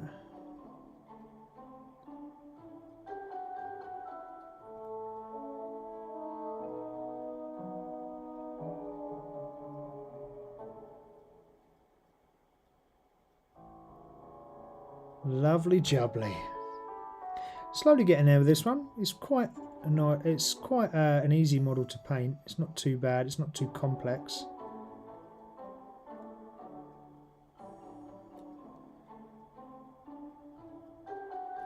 Sometimes when that detail isn't quite there on the model, it makes it an absolute pain in the bum to paint.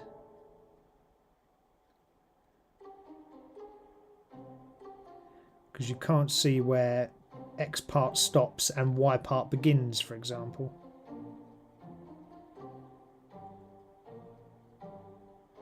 Again, another reason for geek glasses.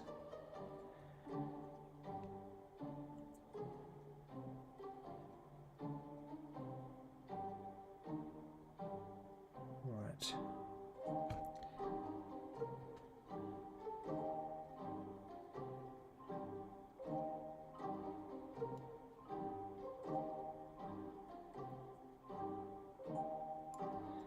What we got over this side?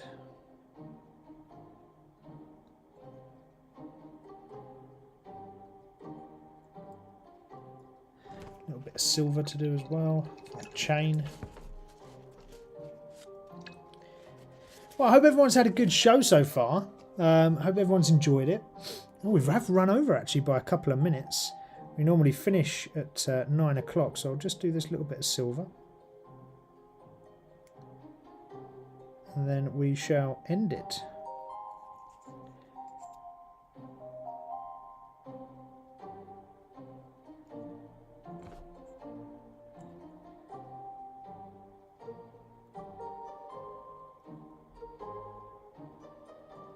There we go.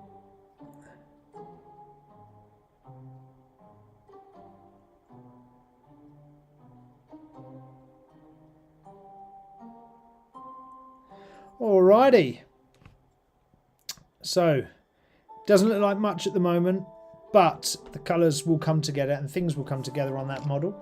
However, today we did finish our Redemptor Dreadnought. Let's just bring him back into view so we can see how cool this guy is. Oh, we need to zoom out. He's a big boy. Oh, not zoom in, zoom out. There we go. There's our Redemptor Dreadnought in all his glory. He's got his tattoos done, or his transfers. But he looks pretty freaking sweet. Good enough for tabletop standard, good enough to roam and blast across the battlefield. So he's looking very good. We even did underneath there, so we did his sarcophagus, so that's cool. And we saved the model from Vinted.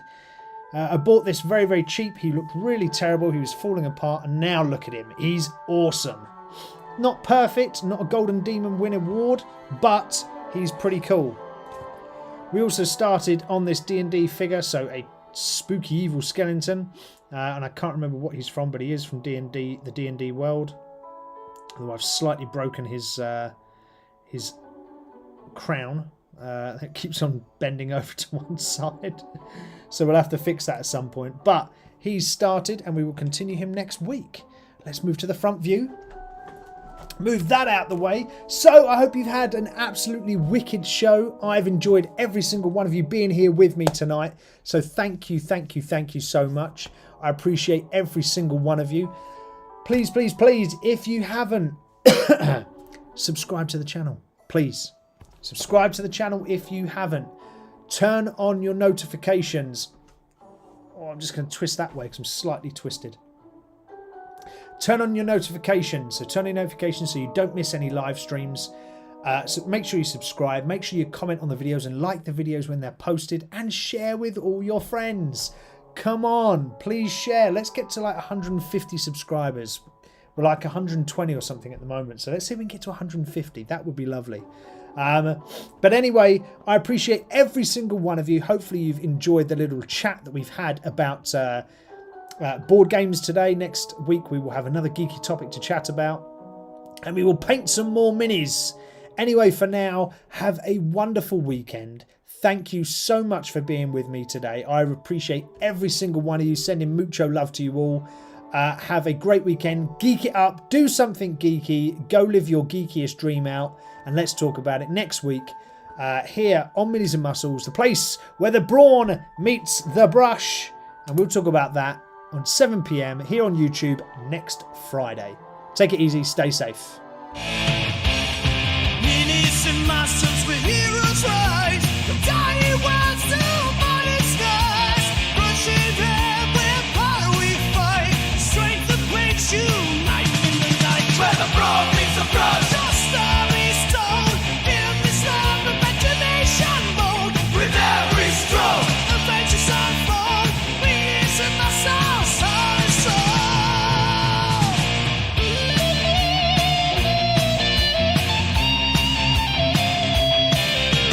Guidance in hand and worlds to explore. Roll the future, hear the dice roar. Gaming realms of muscles drawn. Together in this place where we belong. Doting spells, casting dreams until the dawn. Leveling up and the world to follow.